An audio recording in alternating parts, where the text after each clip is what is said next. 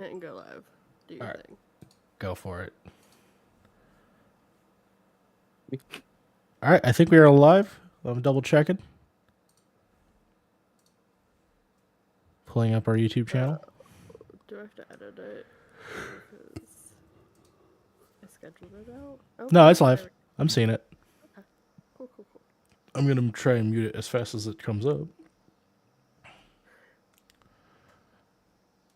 Yep, there we go. All right, cool. Yeah, we're live.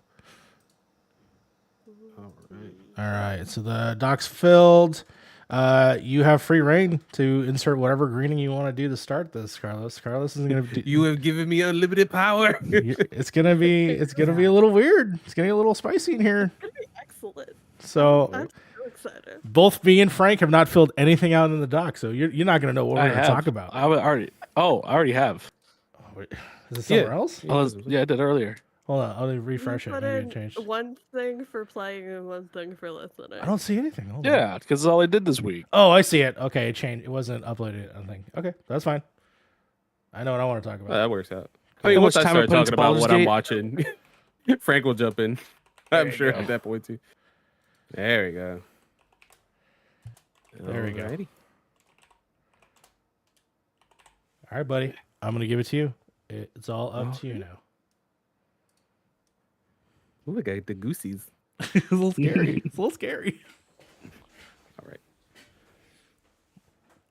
Hello, ladies, gentlemen, and my non-binary folks. Welcome to the Point in Progress podcast, episode 77, your running podcast, talking about how Harv ditched the podcast to play Baldur's Gate, I know, right? Crit- The fuck? Critical Role, and Sly's Sports Corner. Let the progress begin. Hell So- yeah. Good job, man. Good job for doing that. Thank you very much. Thank you very much. So for housekeeping, we're going to start off. Of course, I'm hosting. I'm taking over. Your doctor recommended dose of nerdiness, aka your nerd today, is hosting Point in Progress. Thank you, everyone. I love hanging out with my friends now on camera too. So this is really nice instead of listening to you guys while I obsessively clean on a random Wednesday. Well, you're always here in spirit, so why not be here? It's on true, the shows, yeah. You know? Yeah. I'm usually staying up to what we talked about before the show, like ungodly hours, because for slides, 6 o'clock. And for me, it's like midnight. I'm like, oh, no, I still got it. I want to listen to my friends. Very exciting. Well, You, glad of that you're here. course, one of my favorite people. And so now that you're here hanging out, it's so fun to have you host our show. Like, that's just so fun for me. So, Hey, like, it's fun I for feel me it. too. Let's get into it. All right. Have I done this like in my head in the mirror? Yeah, sure, plenty of times. He's been waiting for his shot. daily, yeah. You know, podcast beyond anything like that. They're all in there. You're just Throwing Alexander around any given Hamiltoning it up, man. Just like this is gonna be your shot. I use that meme quite often. That's actually like a hype song before a show too. That's awesome. So yeah, let's go around the horn, everyone. Mhm. Let's start with Sly. How are you doing? I am ill and being a big baby about it. So a little tired, a little congestiony. But I have so many things to talk about. I might be a little bit insufferable today, and we're just gonna all deal with that. It's exciting. It's exciting. And you've mentioned before you do the alphabetical order on the docket, but you always put yourself last. So we'll keep it. We'll keep the alphabetical order. Frank, I see some bear sex behind you. How you doing? Yeah. My Pretty good. co-host. Yeah, it's good to finally have you on the actual show itself. It's Yeah, not a great. It's good chaos to see hour you or here. chaos Right. bringers. True. I'm just extremely sleepy today. We had a long day at work, so felt like forever. So the 1 hour nap I usually take in the middle of the day didn't really help much this day. But I'm excited to be here, and I'm excited to play Baldur's Gate right after this. Oh, yeah, man. Yeah, that's it. You'll get the second win as the show ends, as it crescendos, and you're gonna be like, "Fuck it, I'm up. Let's play some." I'm still gonna make it to 4 a.m. playing Baldur's Gate again. Hell yeah, man. Fuck work. Fuck work, right? I mean, unless any of our bosses are, listening. Oh, I mean, even my boss is watching. Fuck work. Yeah. Free So take. I need that raise time. Here's another one. Oh, look, it has a friend. Look at that. There's two of them all of a sudden. They're just ganging up on each other now. They're starting a union. Watch out. Yeah, there we go. We support the writers. I mean, we really do, actually. Actually, and screen that actors could be don't. our housekeeping. Shout out to freaking both SAG-AFTRA and of course the Writers Guild. Fuck Hollywood, the yeah. overpaid, and then we need to make sure we pay the people that need it. So please. Fuck the AMPTP, whatever the acronym is. Yo, I thought you said Oh. AOT. I was the Attack on Titan crew. If he breaks through the digital barrier. I know she's in chat, but she breaks through. Just here's the phrase Aaron Yeager. That's actually her like sleeper agent code word. We just say Aaron Yeager and she disappears. Yep. The font, like everything fixes itself too. Just like, oh my god, there's 5 people. We're good. Yep, there she is right there. Bam, Attack on Titan. I know. And Mario, how are you today, sir? I'm good. We are flying at the seat of our pants on this episode. I commute now back home, and it takes a long time. And I was also very sweaty for the day, so I needed to jump in the shower and get that goddamn grime off. That's why I look like this. This is why I'm in black and white. Still can't get the color back in my skin. So we'll see if we can figure it out. I have a question for Yes. the podcast before we get into it proper. So, how many of us like generally commute to work, like take public transportation or anything like that? We used to. I used to. I have a good job. I ride I ride an electric bike to work. That's right. Okay. Zoom 40. I break all the laws to get there on time because I wake up too late. Frank, tell the story about yesterday. Of what happened yesterday? What you drove off on. Oh yeah, Mario bought me a cowboy hat. I would have worn it today, but funny enough, this is awesome. yeah. What sucks is that my cat ruined like the top part of it, like the rope part. So I gotta remember how. String. Yeah. Yeah, I gotta remember how it works. How it was like tied, so then I could fix that with some like glue or something like that. But like I'm like shit. I want to get this cowboy hat home, so I left. I forewent or foregone. I don't know how to say it. I'm too sleepy for this shit. But I forewent wearing my usual helmet, and instead just wore my cowboy hat. And on my speaker, because I usually have a speaker like tied to my bike, I played cowboy music as I rode home. Hell yeah. It was pretty fun. Oh yeah, man, that's awesome. That's something that was actually the question I was getting to. Like, what do you guys listen to or like do on your commute? Honestly, I just have like a driving playlist that I have on Spotify. It's just a mishmash of songs that I think that are one appropriate to like blast on a speaker on a like like basically a moped, and two, just like stuff I like listening to and stuff like that. I really don't give a shit if people don't like dad rock or something like that. I'm listening to that on my fucking commute, or like Ludacris or some shit. He kicks off like all the time, and it's always like the Doom soundtrack. Hell yeah, dude. Like I really don't give a shit on the road, right? If I'm gonna get hit by a car, I always would get hit by a car to good music. It's you get hit by a car. It's NWA's "Fuck the Police" thing, right? You're like, shit, no one's gonna help me. Yeah.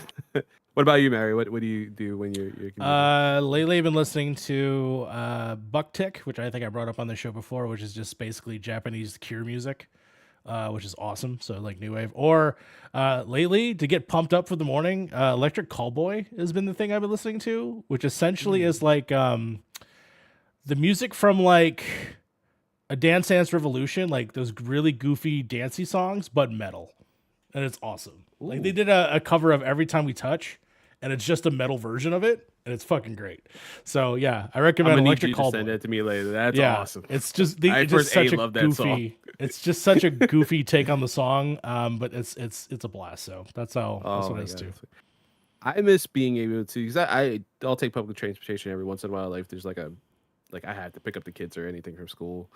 I miss being able to play video games. I get so extremely car sick or like transportation sick. If I'm not driving the car, like it could be like the safest driver in the world. I'm just like, nah.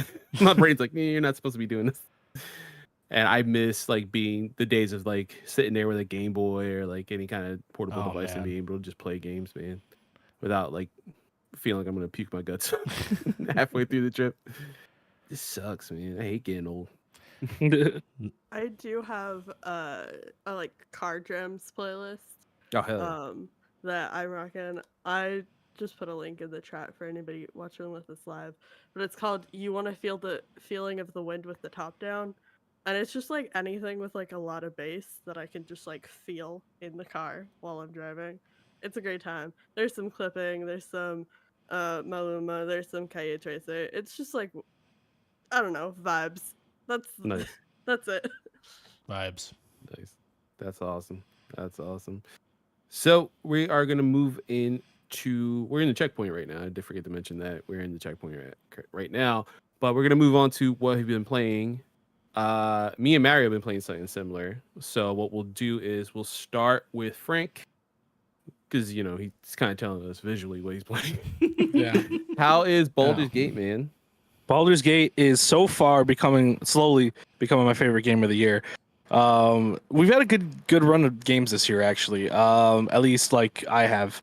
I've actually been playing like a lot of good, just like general games. It's been so long since it's felt like every game that's coming out so far has been one, not really all that much of an issue in terms of like glitches and stuff like that, and two, just like feels complete, right? Final Fantasy 16 to me, even though it's obvious that game's gonna get DLC at some point, felt like a complete game. Breath of the Wild feels like a complete game. Everything I've played this year that's like kind of been like a game of the year contender has felt like a good complete game, and there's so many more coming out after this. Yeah, we're not done. But so far, Baldur's Gate, man, it's gonna be hard to like. Breath of the Wild was pretty damn good, but then Final Fantasy 16 came out, and I was like, yeah, I like this better. Or Tears of the Kingdom. Sorry, I keep calling it Breath of the Wild. Tears of the Kingdom.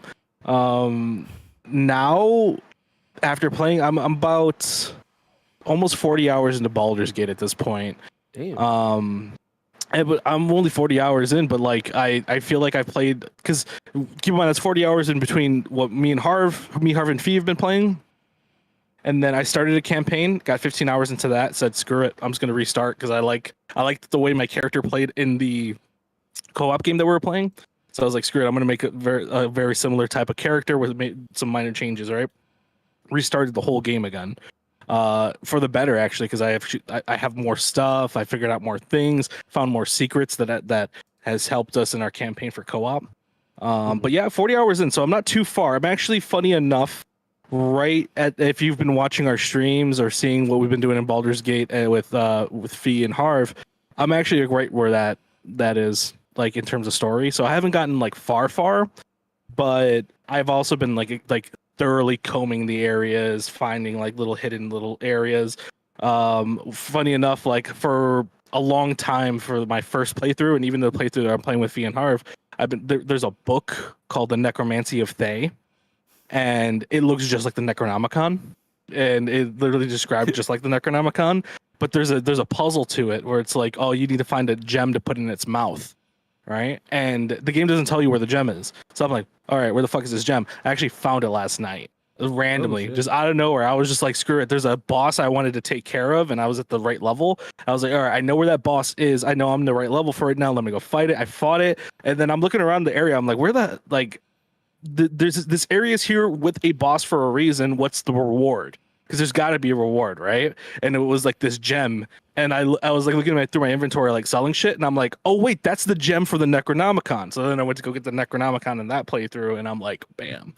Doesn't do anything from what I know. Okay. Lets you talk to the dead, which is funny. And gives you like an extra skill for like, I guess, befriending animals or something, I think. Which is interesting. So other than that, I don't know what the side effects of reading the book are. Though it does, funny enough, if you pick it up for the first time, it says it's not too late, and then like the description for it, right before, because you can't open it when you pick it up for the first time. It just says it's not too late. And once you pick up the book, it says run away or something like that. Or some, it gives you, it changes the description entirely. I'll open up the game and find out. But yeah, it's fun. The amount of just things you can do in this, the ways you can play it, you can get absolutely wild with it. And at least right now, there are times when like I'm playing in my game, and then even my first playthrough, and then the co-op one, where things happen drastically different for the beginnings of this game, where like there's dialogue options I would have never even thought. There's little kind of butterfly effects that I don't know if they like for example, right?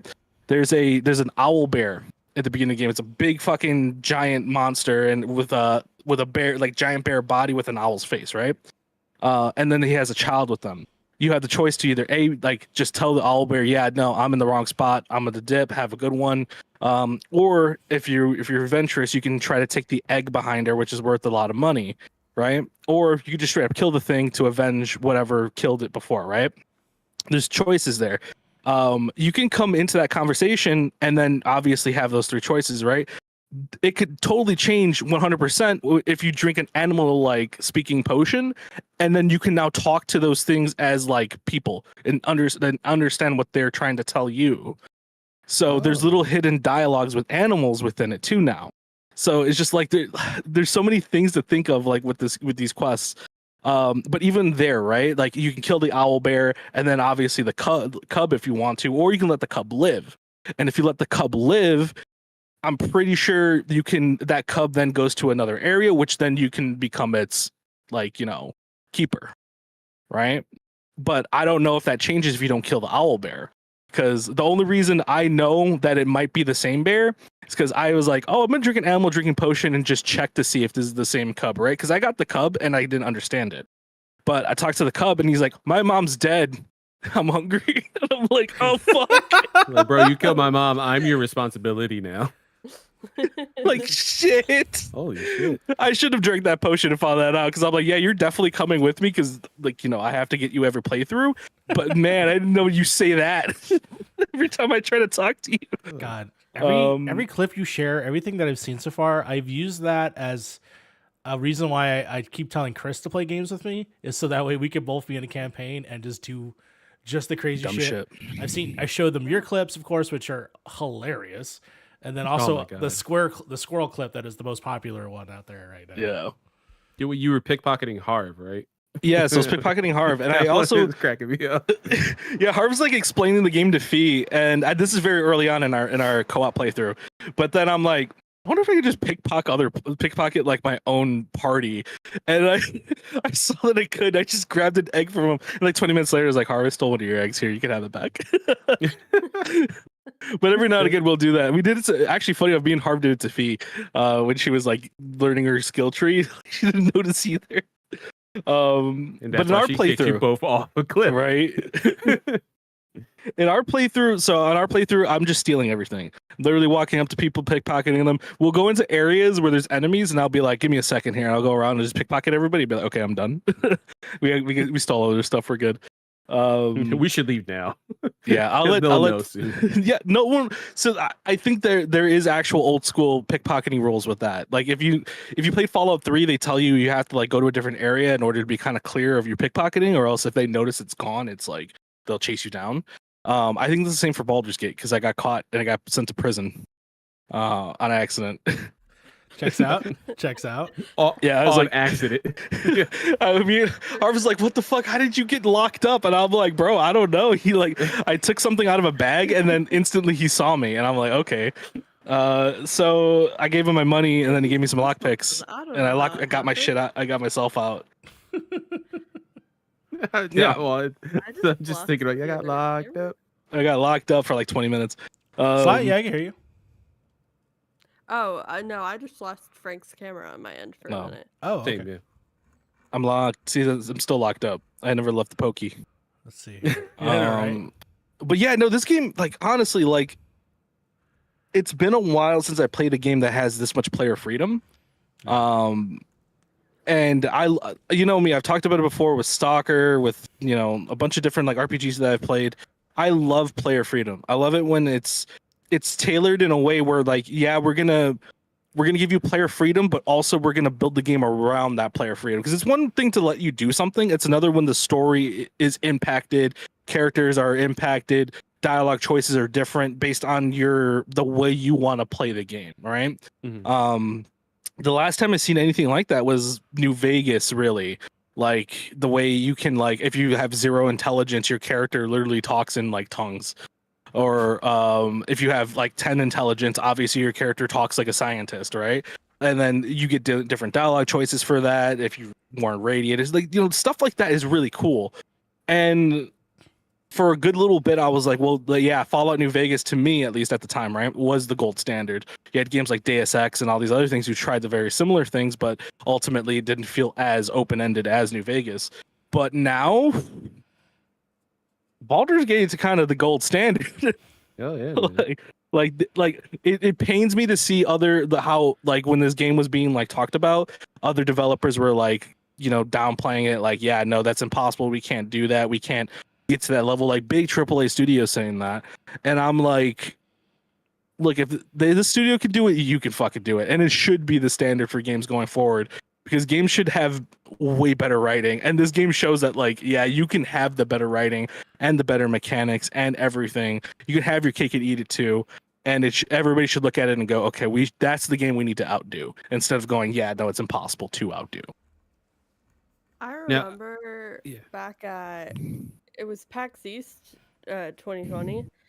I was working a panel that had like one of the premiere video clips, I think, of this game, and we had a full theater. Like, it was a big deal. Like, people were so excited for this game. Yeah. And it's really cool to see, like, sometimes there's these games with all this hype around them, and they come out and they're like talked about a little bit, and then they kind of just fade out into obscurity.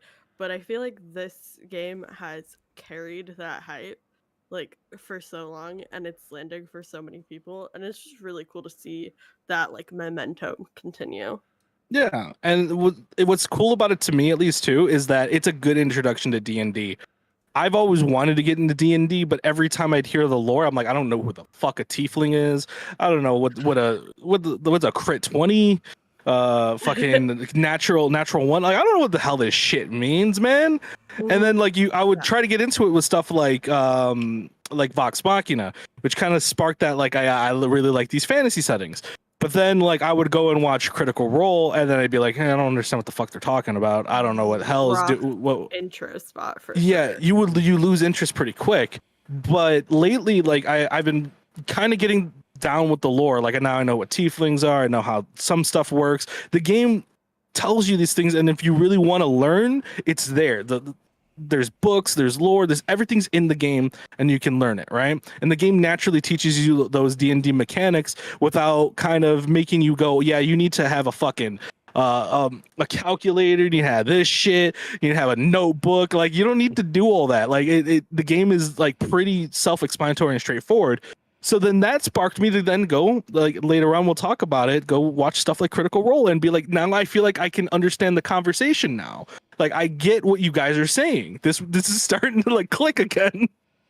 But yeah, it's fun. Recommend, because like, yeah, the best way to learn D&D is to just have a really good DM friend who just like brings you in. But like, that is so rare, and I was so lucky to have that. I will say, if anybody is like starting to get interested in like specifically like 5e and how it works and all that stuff, I do highly recommend Join the Party. It's a Multitude podcast, and I think it's the like best onboarding into the realm of D&D and actual plays, for anybody who like has no prerequisite knowledge and wants to get into those bigger, more popular shows. Like, that's a really good place to start. Oh yeah. But yeah, no, this is so far right now, this is my game of the year. Like, we're only 15 hours in, and I can already see that this story is gonna make me really happy. It's gonna be really depressing, and I know for a fucking fact they're gonna stick that landing, because like, there's no shot they don't. If you put up this much effort into the beginning of your game, I can't see how you fumble it in the end. And judging by like the scores this game is getting, I don't think it's I like, there's no shot. If this game consistently stays where it is, game of the year for me. Correct me if I'm wrong. This was a game that originally, it's a long time coming. This series has been, I think, missing a title for almost 2 decades. 2000? Yeah. I think is the last time this actually had a numbered entry. And I actually, funny enough, I am fond of Baldur's Gate, but not Baldur's Gate the traditional sense. Actually, I like Baldur's Gate Dark Alliance, which was games that were on the Xbox and PlayStation back in the day. But what I think is interesting is that this title probably wouldn't exist without Stadia. Is that correct? Am I correct on that? I don't know. This game wouldn't really exist without early access. Which was on Stadia, if I'm not mistaken. I think it was everywhere. I'm pretty sure you could play it anywhere. I'm 99% sure. It was originally on Stadia. Hold on. But yep, there we go. This was a Stadia. was Yes. That's revealed Baldur's as Gate. a Stadia game, apparently. Yeah. So then this is essentially now open to everybody. It's off of that platform because that platform doesn't exist anymore. Sorry, fee. But hey, that Google money came in clutch, man, because it's coming up with possibly Game of the Year category, like quality shit. Like, yeah, because like it does have the one thing I don't. The one thing it does technically have an advantage over AAA games is that it did have that early access period, and it's been a while. It's been in early access almost 3 years. I want to say 3, maybe 4 years now. So fees in the chat, if you can remind me, when did it leave Stadia? Because I think it was exclusive to Stadia for a hot second. But it That was like early a access. big thing, Yeah. if I'm right. Yeah, like I think it was like they got a big win by having Baldur's Gate. Yeah, which good on them for getting that off of that platform. I know that, hey, I wonder what the whole conversation might be different if Stadia was still around, but I don't think so. I think that this was definitely the case that need be. It needed to be accessible on a Steam Deck, accessible on, PC, eventually come into consoles. Like, I think this is just the smartest move that they were able to do, and the press is, they're speaking for it. Yeah, Yeah, because 'cause they did announce the console date today, right? I believe. Yeah. Console, for the PS5 is like, December or something like that? Or am I crazy?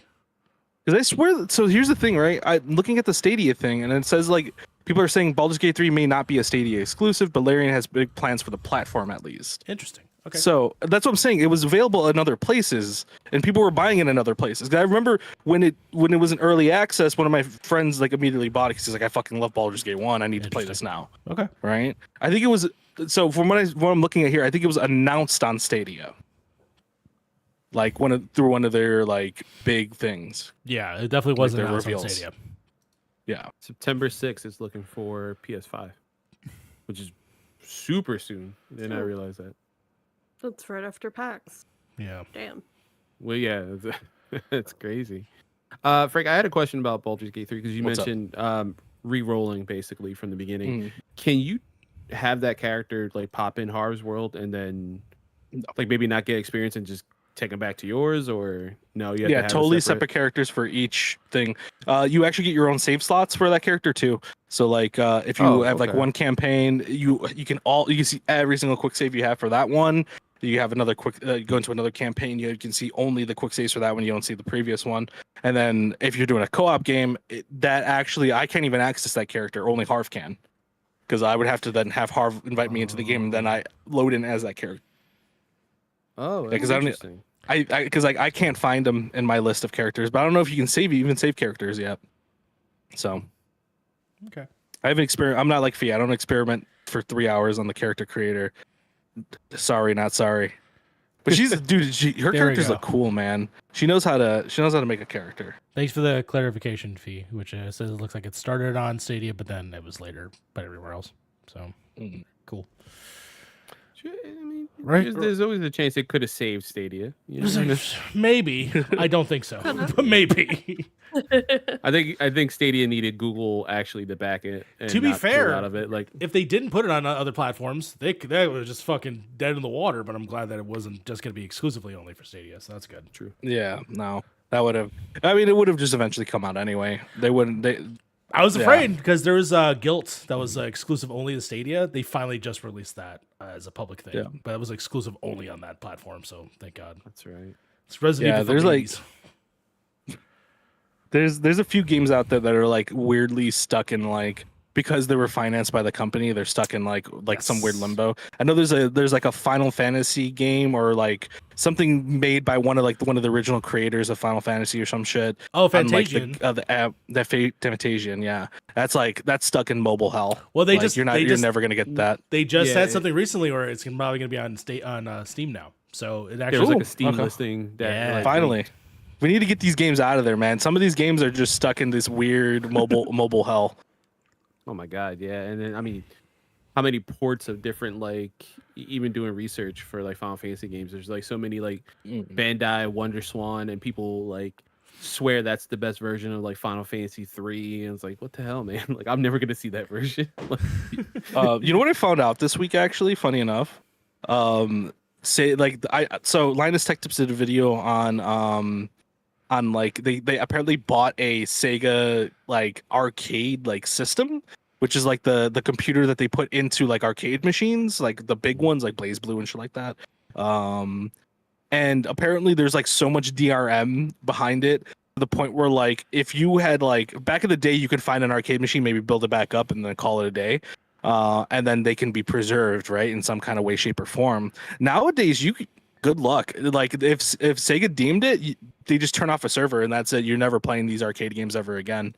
And I just wonder how many like things are just locked behind that weird like corporate like, oh yeah, no, if you're not connecting to our server, paying for like 10,000 yen pass per year, and using our machines that you have to pay for maintenance of.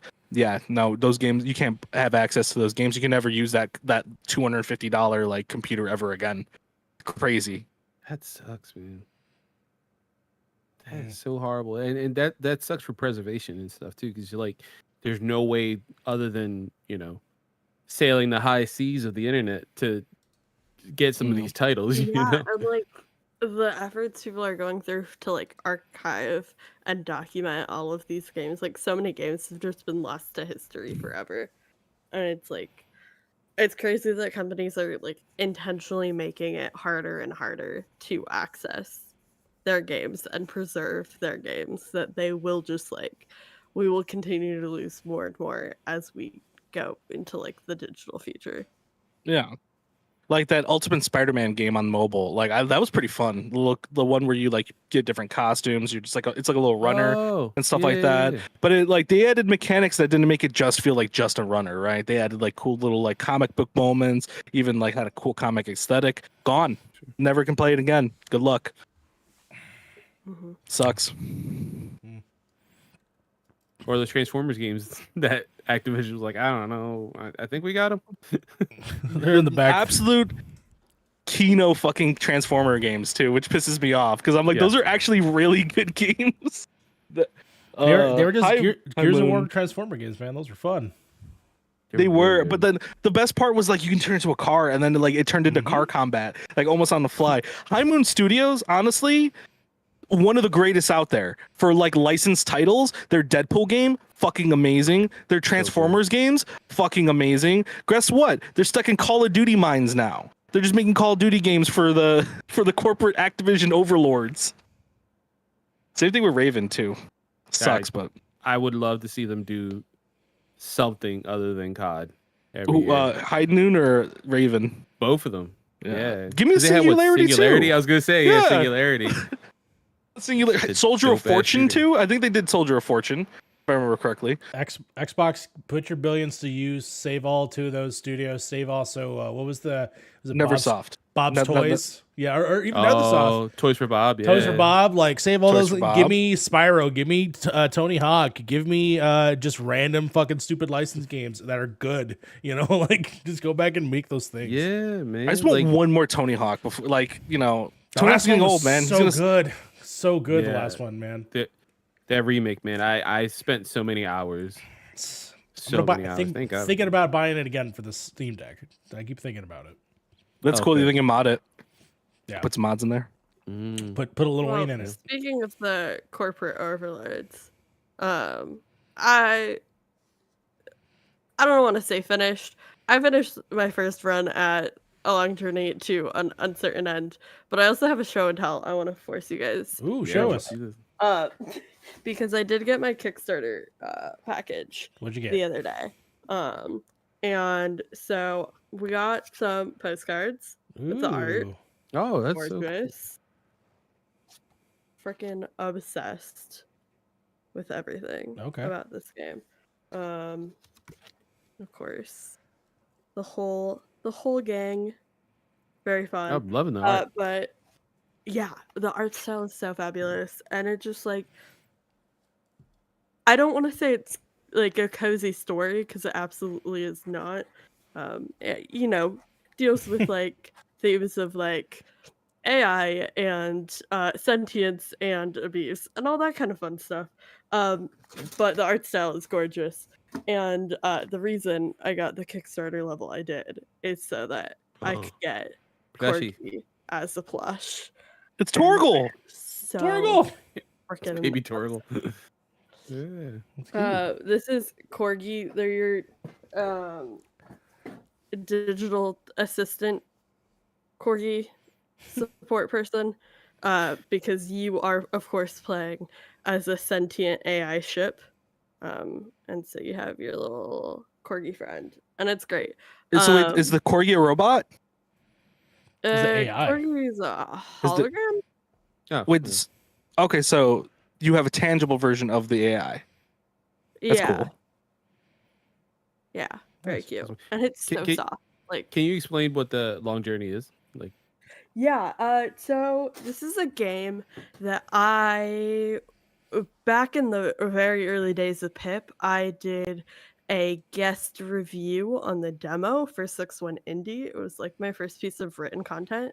Okay. And it is a game where it's like space travel, etc. You have a crew, and you are playing as the ship, as the sentient AI ship, trying to escape your evil ex, basically. And Oh shit. um, you are like unclamped, which is like illegal. Like they have all these restrictions on AI. So like you are like a free sentient ship and like running away from like the government and shit. And uh basically you're collecting your crew, doing jobs on various planets, getting leads to discover this like group of outlaws who are like working towards a common goal, whatever. And it's just really fun. However, I did when I booted it up after release, it did start me on my I played the Kickstarter beta, and so I had all my progress from that. So I want to eventually go back and do like a full playthrough. Okay. Um post release. But yeah, no, it's great. I loved it. The ending made me very emotional. So that was a fun time. That's a cool concept too, Awesome. to have you in charge of the ship, basically. Hmm. That's a Yeah, cool and spin on like it. one of the What's it crew like being a members you ship? can get, it's great. One of the crew members you can get is a pilot, and so there's some really interesting like navigating dynamics where like you can obviously fly yourself because you are a sentient AI ship, but you also have a pilot on board, and like when do they pilot and when do you, and like how do they help you? It's great interactions. And also one of the coolest things about the game for me was in the character creation process, you can fully customize your pronouns, like all of the different pronoun options. You can like you can like choose whichever pronouns that you want, but then if you want to like mix it up, so like if you want to do like gosh, he, them, hers, whatever, it will like It's customize your pronouns throughout the any like type of speech. Really cool. Oh, that's Mhm. awesome. I forgot to mention, Baldur's Gate lets you do that as well. Anything Yeah, you man. want, any voice, they even let you change. If you want to be non-binary, stuff like that. A lot of range. We need that Character. shit more in games, man. I Yeah. feel like it's especially lacking in 2023. the game. Especially the Oddly, people who are going to address you.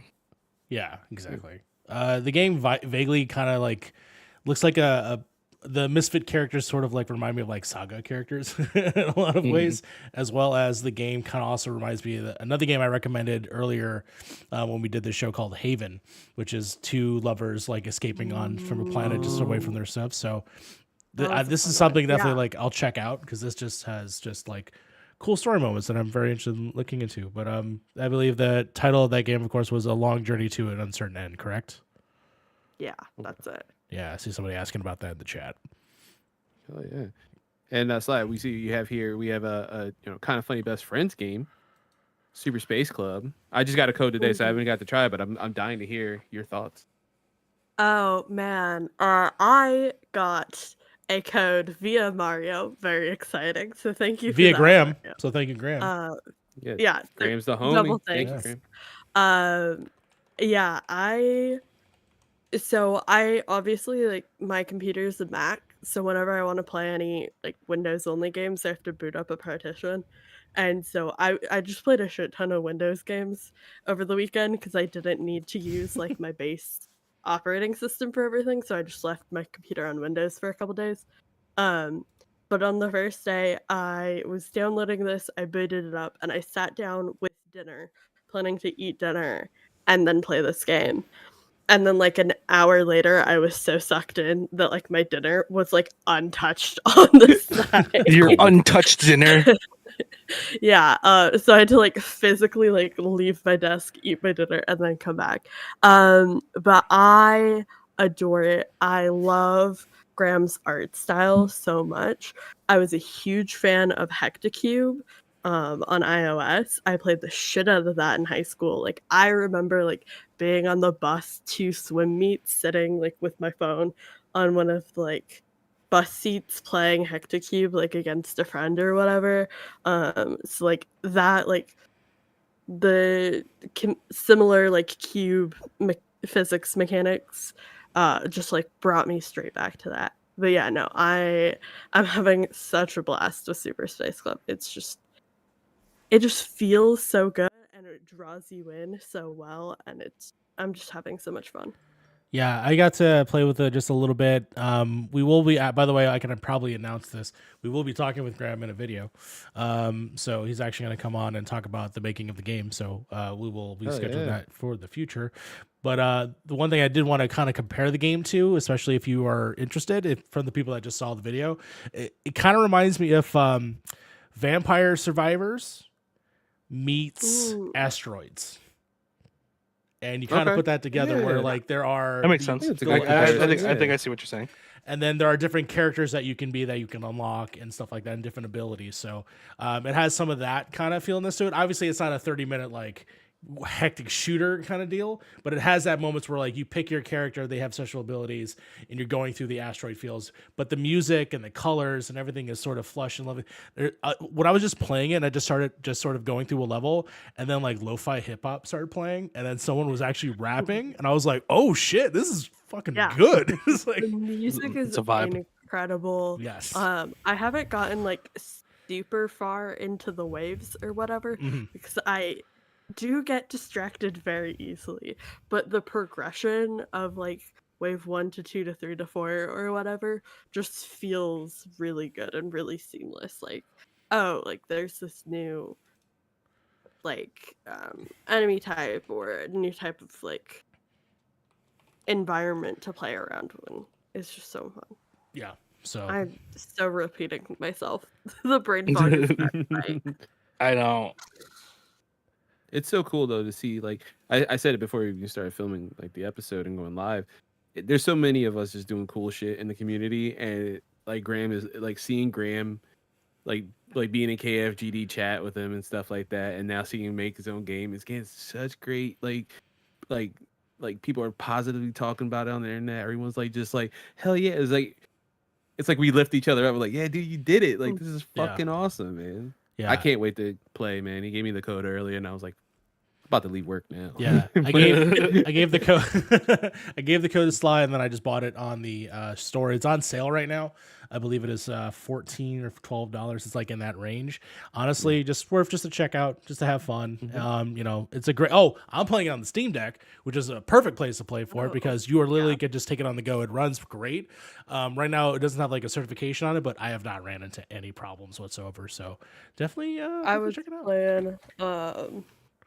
I just have my Xbox controller, but I was playing controller with it, and yeah, it feels great. Yeah. Baller. That's awesome. Baller. That's awesome. So I have a question. Oh yeah, go ahead. Oh. Go ahead. I have a question. What is it? What is it with toilet paper companies? And this is for the boys out there, right? Because I just noticed something on my phone. What is it with the toilet paper companies wanting you to be the shitty booty boy? What's all that about? Like they really hate like flushable toilet wipes. Yeah, man. Let's call out big toilet paper out here, man.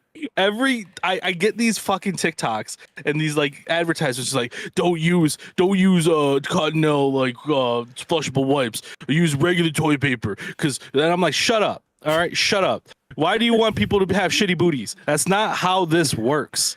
2, I just ordered a steak elote. Okay. Oh, All right. hell yeah. There you go. Is there a correlation? No, because of the elote. just 2 that's things. Because I was ordering so there's this place in here in Chicago called Carbone, and they have a steak burrito, yeah. but you can get it comes what they call a stelote, which is basically a steak burrito elote, Oh, which is I had fucking awesome. Elote But- nachos. Oh my god. oh my god. yeah. Oh my god. But Great in that dinner thing, time. I opened up Twitter, and then Twitter gave me like an ad. They were like, stop using flushable wipes in your toilet because it's bad. I'm like, fuck you. See, this is what happens when Do what I Elon want. took over. There's like dumbass ads now. Just dumbass ads. Like, no. Frank, no, did you know that that's not Steve-O has butt wipes? Like he has his own personal brand of butt wipes, and also the butt wipes is also named after his special like hot sauce. So you can I don't buy them. There's a honestly. correlation. I mean, I don't Yeah. know. I like Steve. I don't know if I would trust his butt wipes. Here, Honestly, I'm gonna look up but, the names of butt clean wipes. And for my homies out there, for my absolute kings out there, if you ain't using toilet wipes, you doing it wrong. Or You're a doing it bidet. wong. Or a bidet. Come on, man. Here's the bidet thing, with toilet I wipes? gotta say, if, Unshittiest booty ever. You are on any sort of sensitive septic system. Do not. No. Dude. Yeah. Yeah. It's not Oh, gonna Yeah, if fill you that live shit out in up. the country. If you are Wow, on- I cannot yeah, show this if image. You are not on if you are on public water, go for it. Do whatever Yeah. you want. Like, fuck If you're up the out in the country, you're probably using leaves anyway, so it doesn't matter. Yeah. If you're in a major Um, city, in- yeah, don't in worry our about little it. our little voice chat, Run outside and wipe my ass with a leaf. our little voice chat, I put an image to the Amazon link too. Just make sure it's not poison ivy before you do it, okay? that's Frank. Please buy that. What is this? Is this a Oh bidet? my god, no. It's What is $9. this? Yeah, you definitely can't. What is that? It's Where did you put chamomile. this? In voice chat. The voice chat. Oh, in the voice chat here. I see. I see. Chamomile, now. cucumber, oat, vitamin E, and marshmallow root. What the I love fuck the is look. marshmallow root. Oh man, It's I taking love forever to a load root. for some reason. I did an episode of We'll Throw the After Party where I What did a the rant about why roots are the best flavor. It was a great time. I had a blast. I Okay, never even heard of marshmallow root. I don't know why I didn't. Why, like, I don't know why I didn't expect Steve-O. Of course, he would be spreading his asshole for the fucking picture. Spoilers why if you did- look at this up on Amazon. Type in Steve-O butt wipes. The you'll find it. ingredients sound wonderful. Just- though. Just did we spreading get here? cheeks on there. All right, speaking of things that are wonderful, Wait. while I was on my Windows partition, I was like, ah shit, I have a lot of really great games on Steam for Windows that I never play because I just don't have a Windows machine. And one of those was the free game by Madison Carr, who notably did Birth, that I did a video about earlier this year. Yeah, that's right. And also Okay. Land of the Woods, which I haven't played yet, but I really want to. It's like really condensed experience, but very much in her art style. And it was really beautiful. And the like end screen like text did make me cry. But yeah, it was quick experience, free on Steam, 100%. If you enjoyed Birth and or like really pretty art with like interesting puzzle mechanics, for sure, check it out. Okay. Oh yeah, we'll check this out. Yeah, it's called Whimsy. Mm-hmm. Okay. Yeah. Okay. And also, again, if anybody hasn't played Birth, I know I've talked about Birth like a million times on the show, but play Birth. It's so good. Also, check out the review. Yes. Also, check out my video. Do that as well. Listen, you're already on youtube.com/point-of-progress. After this, Yeah. just Yeah, watch all the reviews. Why not? Frank Yeah, did a review. exactly. Oh, I did a yeah, few of watch friggin' Mario's season review. It was Yeah. great. Love to see it. Do it. The last thing, just to wrap me up real quick. I've been playing the mobile match battler DC's Heroes and Villains. It's fine. It's fine Yeah. to Yeah, okay. I I played was gonna say I messed around Uh, last week with this a yeah. little bit. Yeah. I mean, it did make my like daily app game rotation, so like it's pretty solid. But yeah, I'm having fun.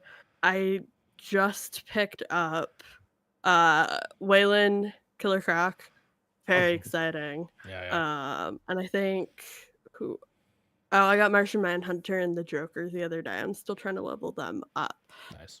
But my top team right now is Nubia, Copperhead, Artemis, Catwoman, and Killer Croc. And it's Hell yeah. been rocking for me. Okay. Shout out to Nubia. She's a great Wonder Woman character.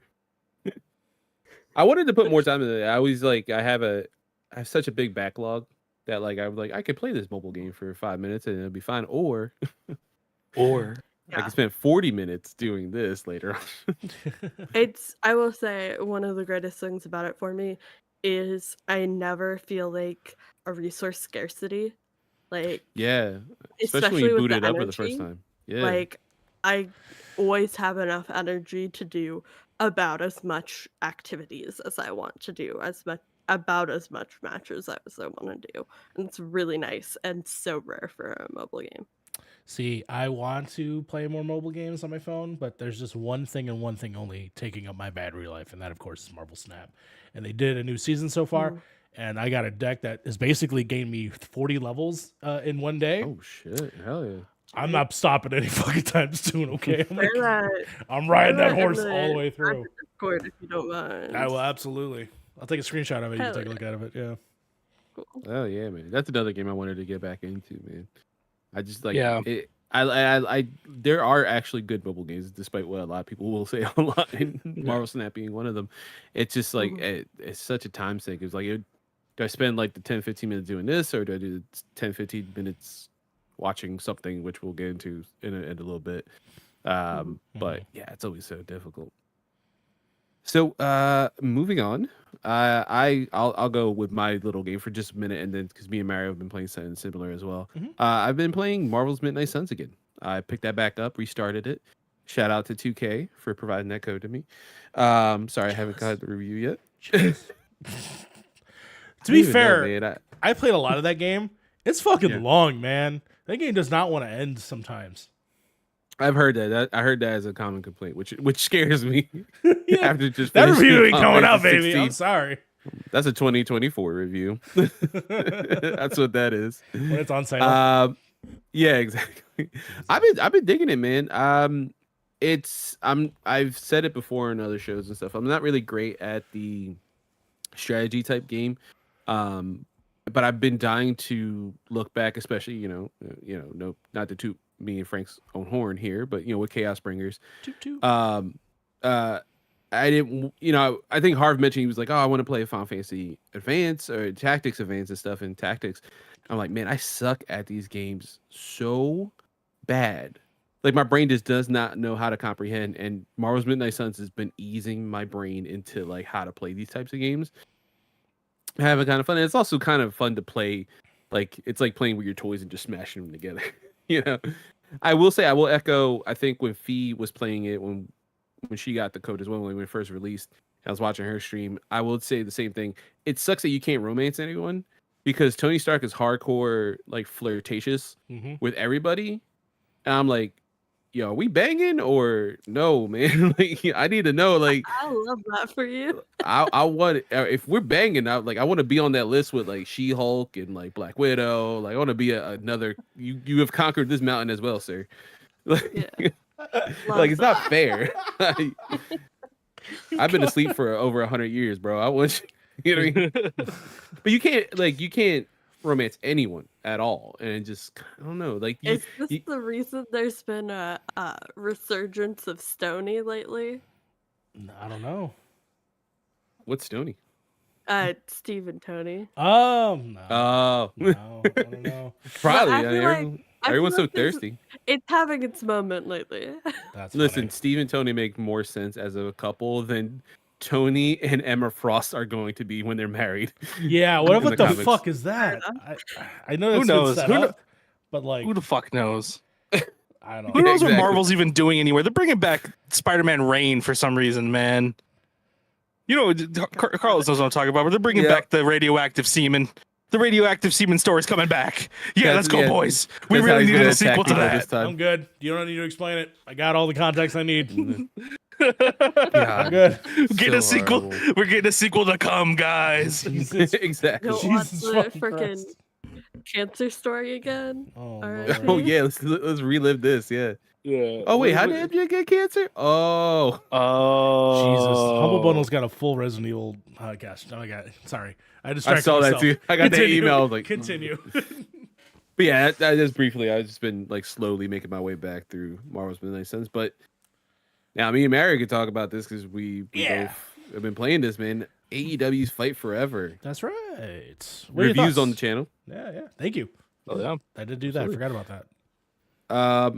I'm digging it, man. I like it enough. Mhm. I got to talk to a friend of the show, Sebastian, on his podcast. We did a Yeah. whole AEW episode, and I have to agree with him. If I had to score it like a traditional IGN score, it would be like a 6 out of 10. Sure. And I was hoping for a 7 out of 10. There are things that it's missing. Like I wish they had a tutorial system, similar to WWE 2K. Like you could skip it if you played 2K23 or 22 every year and things like that, unless something drastically changed, and they'll recommend it again. Like, hey, we changed some stuff around. You might want to play through the tutorial, but it's optional. Like I wish there was an optional tutorial because playing the 2K games, my brain no longer works in the No Mercy style, Mm-hmm. and it I have a hot sucks take. to. Oh yeah, I think you should have games that need tutorials. You should give your players, like, I don't know, 20 minutes of playtime into it and then drop a tutorial. Because I will, if you put the tutorial at me first, I will forget all of it. I need to, like, I'm skipping through, not reading any text. I just want to get to the game. Let me play, like, a short clip of your game and then drop the This- tutorial so I can figure out this what the is- fuck I'm doing. This is a fucking take I Yeah. actually like because yes, I am so ready to like just start the game that if you throw literally a Ooh. fucking textbook at me, then I'm just gonna TLDR Yeah. that shit. I'm gonna spark notes it as fast as I possibly can, and then when I get like a couple hours into the game, I'm not gonna remember what the fuck you told me. So Yeah. I do like that. Exactly. Yeah. Yeah, but I will say Only if it's skippable. Only if it's skippable. If that 20 minutes yeah, in, for sure. because like I'll be real with you, that would piss me off. That like if the game was just like I'm in the middle of something. If like imagine if Doom Eternal did that, just like oh you're just beating the shit out of zombies. Like oh did you know if you press like B you can punch people? Yes I know.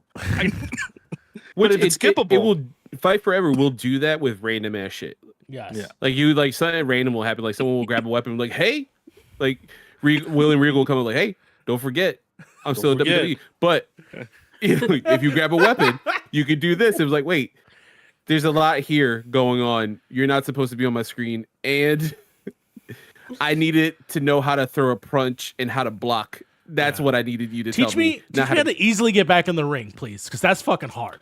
Oh my god, So it's so fucking fucking hard. frustrating. It's so goddamn frustrating. And there's like little things like that. And Yeah.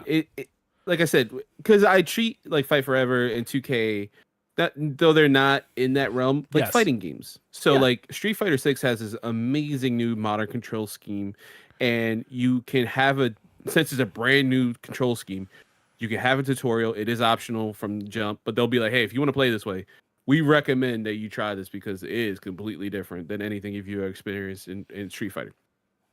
Just do something like that. And don't make it like you got to make sure you hit the person 18 times to like grasp it. 2 times. 1, 2, we're good. yeah. Let me get punch him in the nose real quick. Yeah, let me learn the quick jump. counter so like that I know the timing a little bit because it is like a weird timing thing. But other than that, I think the strongest point that Fight Forever has, it's the road to the elite. Yes, I agree. And yeah, when you were sending me photos before launch day, I was fucking dying. Like the whole restaurants, the Yakuza stuff. It's so it's so goofy. I love it so much. And there was 2 moments that I literally dropped the controller and I was dying. I was like huddled over laughing. And I'm playing Road to the Elite as Ricky Starks because he deserves a world title win. Hell yeah, it does. And as I'm playing through, there's a moment where they'll talk. You can go to restaurants. You can get a special food. I think Mary, you mentioned this before on Pip and stuff. Yeah. And If they'll give you you're like a description of if you're food. vegetarian, you can get vegetarian options. Yes. Yeah, absolutely. If you go to these specific ones. So, what was it? They give you Geo Duck or something Something. in Seattle. Yeah. And it was like, all right, this is it. And like the You don't waitress know will the explain fucking to you. Geodex? Let's Yeah. go. They'll explain to you what it is. And my character, Ricky Starks, looks at the waitress and goes, well, I'm glad you explained that in great details because it's not like there's any voiceover here. Yeah.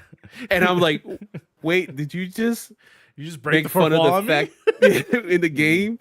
And then there is another moment with the late Brody Lee, Yes. rest in peace, where he approaches you and is like, man, if things were different, you could have joined our group, the Dark Order. He's like, well, you know, I did it and all this other stuff. You're in another storyline with another group. He's like, yeah, you know, thank God this is a video game or something. And he's like, wait, what are you talking about, video game? It's just like there's like little breaks there. They do such a great job of just making it fun with every second of it and just making everything absolutely ridiculous. At the same time, still having a pretty compelling action fighting game.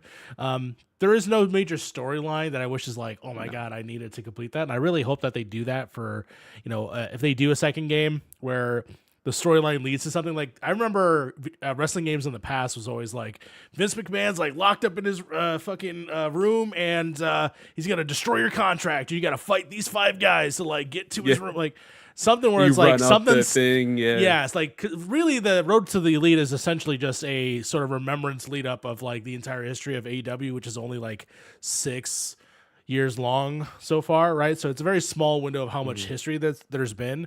But I do wish that they would go more outlandish and like have a fight at a construction yard or have like people dressed up as pandas like coming out and with Sammy Guevara. Yes, Something. Yeah. Some more extra goofiness, but for what they do bring is a lot of fun. Having Cody Rhodes in front of the Martin Luther King Memorial is just the funniest. Absolutely. If you don't get the reference, I'm sorry. I don't understand. This sounds very bad out of context. Cody Rhodes solved racism. Cody Rhodes essentially is like, what's his name? Outlander? No, not Outlander. From The Boys. Homelander. He's basically you aren't helping this conversation. No, listen, trust me. No, it works. No, it works. It works perfectly. He is essentially Homelander if he was a wrestler, where he thinks he's a good guy. Okay. But ultimately, he just gets involved in just scenarios where it's just, I don't know. People Photoshop him with like photos of like Martin Luther King and Malcolm X. Like he was he was there when they were talking. He was in the room. Black wrestling Twitter has ran with this and is the best memes that you could ever get with him, man. Yeah, like they put him in the hat, the dashiki hat. Like it's fucking just. Or like the riverboat. He was at the riverboat. Yeah. He was with the black people on the riverboat. Oh my God. And then there's another one where like I think Brock Lesnar beat him one of these few times in their recent feud, and it was like, man, Brock Lesnar just keeps beating up black WWE superstars. And it's like a list of all the black superstars he's like decimated, and Cody Rhodes is there. Which one of these doesn't belong? So what you're saying is he's invited to the I do cookout. feel obligated to clarify because I'm now thinking about it. I don't think it came off as much as a joke as I thought. For the PNW people, I do know it's Scooby Duck. I just think it's funny that it looks like Geoduck. Oh. It does, yeah. That's Gooey Duck. That's literally the joke they make. It was like it's spelled this way, but pronounced this way. It's like good because there's no voiceover. I have questions about this game. Yes. For you two. One, is this gonna be like a year? Like, do you think it's gonna be like how they do a 2K year release, or is it like a smaller studio that's obviously like this more of a passion project than anything? This is THQ Nordic. Yeah. And Ukes are the developer who haven't developed a wrestling game in a while. This was initially a passion project, like when AEW launched. Is literally, and Kenny Omega, who was one of the AEW World Heavyweight Champions, literally one of the best wrestlers ever. Yes. Sephiroth, if he was a wrestler. Yeah, he literally came out to One Winged Angel dressed up as Sephiroth at New Japan's like WrestleMania event recently. Wrestle Kingdom. Yeah, oh god, this is the best thing, man. He also hosted a Final Fantasy 16 event, dude. He did do that Lucky too. bastard. Yeah, fucking asshole. Fucking bullshit. But literally the second he got announced as a vice president for the company, everyone who's a wrestling game fanatic was like, "So you're making a game, and it's gonna be like back in the day, right?" And he's like, "Yes, it's gonna take time." And he literally handpicked the developer of those games from back in the day of No Mercy, some of the early SmackDown games, and one of my favorite fighting games ever too, Def Jam Vendetta 1 Yes. and 2. So he got that team basically back together, like from retirement, to make this game. It is smaller in scale. I would say I don't want a yearly release. I would like some more time to cook Yeah. on a Fight Forever 2. The rosters is the biggest problem, I'd say. Personally, Specifically the women's roster. Oh, go ahead, Mario. No, personally, I want to say that I think that the skeletons here for the actual fighting, I think the fighting's great. If they can just add onto it yearly, then I would be okay with it. Like if there was a 2024 update that basically allows you to pull some roster people or some additional stuff. Like the thing that this game is missing is roster, but also up to date, because it kind of feels like it was the last year or 2 years ago, like pre-COVID. They didn't have the contracts yet to like put people in. Kinda, yeah. Well, because there's some day one wrestlers who came up in the development system, and here's a good example because me and Sebastian were like dying about this. There is a team called the Acclaimed, a Platinum Max Caster and Anthony Bowens. They were former AEW World Tag Team Champions, and they scissor each other. That's scissor me like daddy. their thing. Yeah, that's like That's their meme and catchphrase and stuff. Max is a rapper and actually has music on the soundtrack of the game, along with another really prominent AEW wrestler, Swerve Strickland, and neither of them are in the game. No, and they're not on the DLC pipeline moving forward. And they're like at the top of the company right now. Yeah. And the Arguably. current AEW World Champions are DLC that were released day one, but still they're DLC. You can only play as one of the Hardy brothers if you didn't pre-order it. Yes. And if you want Matt Hardy, you have to spend $5. $5? Yeah, $5. and What as the fuck? fun as Road to the Elite is, there's no women's version for it. Now the women have 2 belts, the That is not TBS true? title. Well, there is, but like you still compete for like You do compete, which you can do in AEW as well. True, yeah. You could go for the world championship, which is also, and you can, as like Chris Statlander, for example, have all the belts, which is cool. And I wish you could do that in AEW for real TV because Chris Statlander is a beast. Yes. But they don't have any specific storylines that will correlate to, like, they're all similar. They all have a lot of the same conclusions. If you lose a match, then you have this outcome. If you win a match, you have this outcome. Yeah. There's nothing specifically like you can't go for the TBS title. You can't go for the AEW women's title. And they don't pull from any of the history of those championships.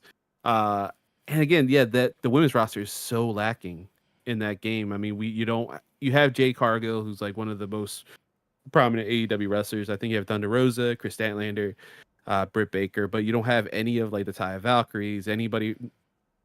Not too many from the past. You don't have at the time the AEW Women's Champion like Toni Storm, Ruby, Soho. Nobody. Like there's so many big female wrestlers that are missing. It's such a disservice, and I would love.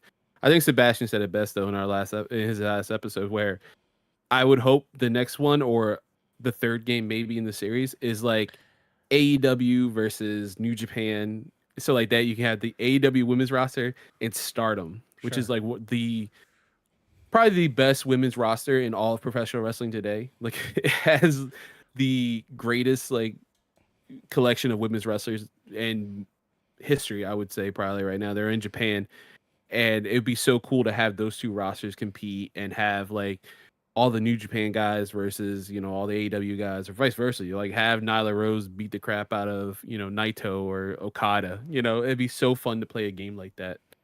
Yeah. I think honestly, just judging by, just what both of your guys' like opinions on the game. This is one of those rare occasions I would say this game should have been an early access title that progressively grew instead of being a pipeline release. Or Yeah. Game Pass, man. I wish So it came out that on was Game the thing Pass. when I got mixed up because they showed it off at an Xbox thing, and I swore I thought it was a Game Pass game, but it's not a Game Pass game. Well, that would I have been thought so as well. perfect for this platform. There will be a battle pass. There is going to be actually a battle royale that takes place in a stadium where it'll be 100 Which wrestlers fighting each other, and I'm kind of excited about I'm that. interested in that. Yeah. Yeah, but I hope with the battle pass, if they do seasons, that I hope that every season has a wrestler or two. I think that would be sick. Like just put a wrestler in the battle pass. So I'll buy the battle pass, and then there'll be a wrestler included in that. I think that would be a smart thing to do. Yeah, I agree as well. Because that would be fun as well. There's like little things too, like Cody is in the game, but you have to pay money for him. Yeah, he's just, well, you get that money like immediately. So, but very fit. Yeah, very Yeah, fast. yeah. You do like one exhibition match. You're like, here you go. You buy him or Aubrey. yeah, It's up to exactly. you. It's kind of the unlockables early on is pretty weak sauce. That's why I'm hoping that with additional stuff down the road that they'll be more fun because Yeah. you get money for fighting matches and it doesn't really matter. So, yeah, No, not really. yeah, that's about that. All right, so that's what we've been playing. Moving on, we're going to be what we've been watching. We're going to start with Sly. You run us down what you've been watching. This was going to be all Slice Sports Corner, and then I opened YouTube because we're live, right? And I remembered I did in fact watch the Red Hood Outlaws fan film Oh, that interesting. came out recently, and I really enjoyed it. So I'm gonna drop a link in the chat if anybody wants to check it out. I saw it because if anybody remembers Ismahawk, Oh yeah. Oh, yeah. Danny and Jeremy worked on this as well. But Ooh. it's not an Ismahawk production. But yeah, it's Red Hood Outlaws. The outlaws they chose were really interesting. I thought the story was solid. So I just wanted to shout that out. Other than that, lots of sports. Because fun fact, there's a strike going on. And A, we can't talk about any strike work or promote it. And B, it's really hard for me to watch things if I'm not making content about them. So like what I've been watching has been mostly sports. I did wake up at the very reasonable hour of 2 a.m. Pacific to watch the US versus Sweden World Cup match. That was Nice. very exciting and very heartbreaking and very dramatic. Fair. All at 2 a.m. for me, which was very fun. I'm really glad that JJ is forcing me to care about soccer now. I tried to today watch the ZSC Lions game, which is a Swiss hockey team. Notably, includes my favorite former Kraken player, Jesper Froden. However, I could not find a totally legal link to a live stream, so I was just like watching the updates on my phone. It was a friendly between like the main team and their farm team. But I was really disappointed I didn't get to see that.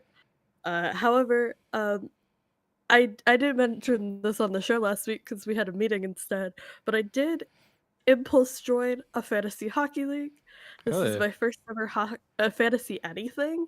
I don't know why I didn't start with something I know better, like basketball, famously. And we had the draft this week. I made an entire spreadsheet for it that kind of fell apart way earlier than I thought it did. And I do currently have 4 baby squids on my roster that I don't think will be playing in the NHL this year, but it's You never fine. know. We'll see how training camp goes. Yeah. But that's really exciting for me, getting into fantasy sports for the first time. Um, and then what else? Oh, for anybody who's going to be in Seattle this Sunday and or going to the Storm game, I am currently rocking my Storm hoodie for this recording. I am going to the Phoenix Mercury Seattle Storm game.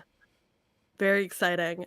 shout out to women's sports. I did not almost. I looked at Kraken tickets when they dropped earlier this week, cried over how expensive they were, um, and remembered that I got these Storm tickets lower bowl for $24. And the seats are Damn, that's like not bad at all. fabulous. But what's $24 versus like hundreds of dollars? Yeah. So go watch women's sports, especially women's pro sports. It's like some of like the best basketball period happening this year, I truly believe. And I'm very excited. So if you're gonna be in Seattle on Sunday, hit me up. I'll be in town for that. But yeah, that's about it. Nice. Me, I was joking around with we recently, I think it was like nationwide, there was like the whole Powerball, thing going on, like $1.5 billion. Jesus Christ. And me and my friend were, we were joking around because we all played. And I was like, well, my friend was like, if we win, man, I'm opening up a WNBA franchise in Philly, because he's like, he's Yeah. like, in a couple years, like it's gonna be everywhere. Might as well get on the ground floor for the Philly team now. He's like, recruit like Dawn Staley or something, the coach or something. Like, I don't know, man. I was like, Yeah. dude, that sounds awesome. He's like, yeah. He's like, you start building. And like, next thing you know, man, Philly, you're raking in money. I was like, he's like, and it's fun to watch. I'm like, hell yeah, it's fun to watch. It's so good. Yeah, it's been such an incredible season. I will say, however, it was a wild week this week. People getting fights, people tackling each other, people getting ejected left and right. I don't know what's going on in the dub this week, but it has been The sun in the air. something. The sun in the Gatorade this week, man. Spike the Gatorade with like. Truly, yeah. God, Someone spiked the man, Gatorade? How dare they? As long as it's not red, as long as it's not blue Gatorade. Red Gatorade, you can go ahead and spike that. Spike that in it. I forgot about this debate already. God, I'm team Gatorade is gross. Fair. That's fair. There you That's go. fair. Carlos, what are you Now, watching?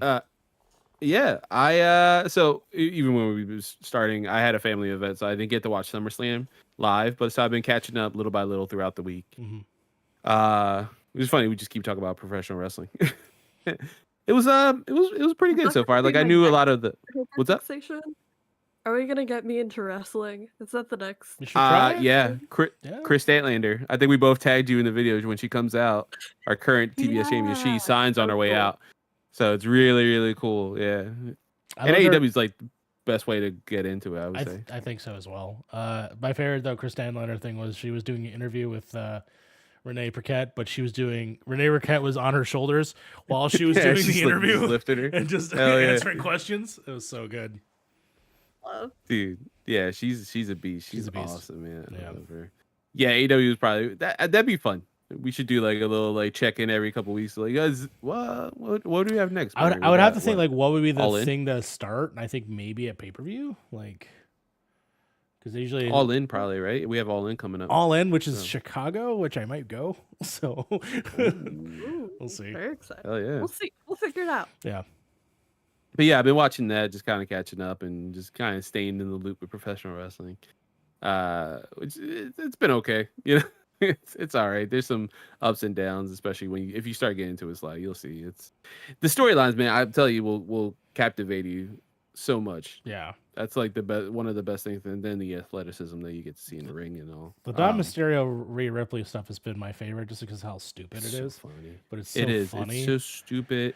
It's so funny. Sly, I'll talk about this and then we can process past this. But basically, there is a storyline going on where a guy who was son of a famous wrestler back when he was like 10 or 11, they had a match where they were trying to find the legitimacy of his father, of whoever his father really was, either the famous wrestler or Eddie Guerrero, and now he says that he is in fact the son of the other person. During Christmas, he attacked his father, I think, And It's then like Thanksgiving, Christmas, and Easter. every year, every holiday, he kept like fucking with his father until finally he gets arrested. He spends one night in jail and says he's been in the system. He's been in the prison.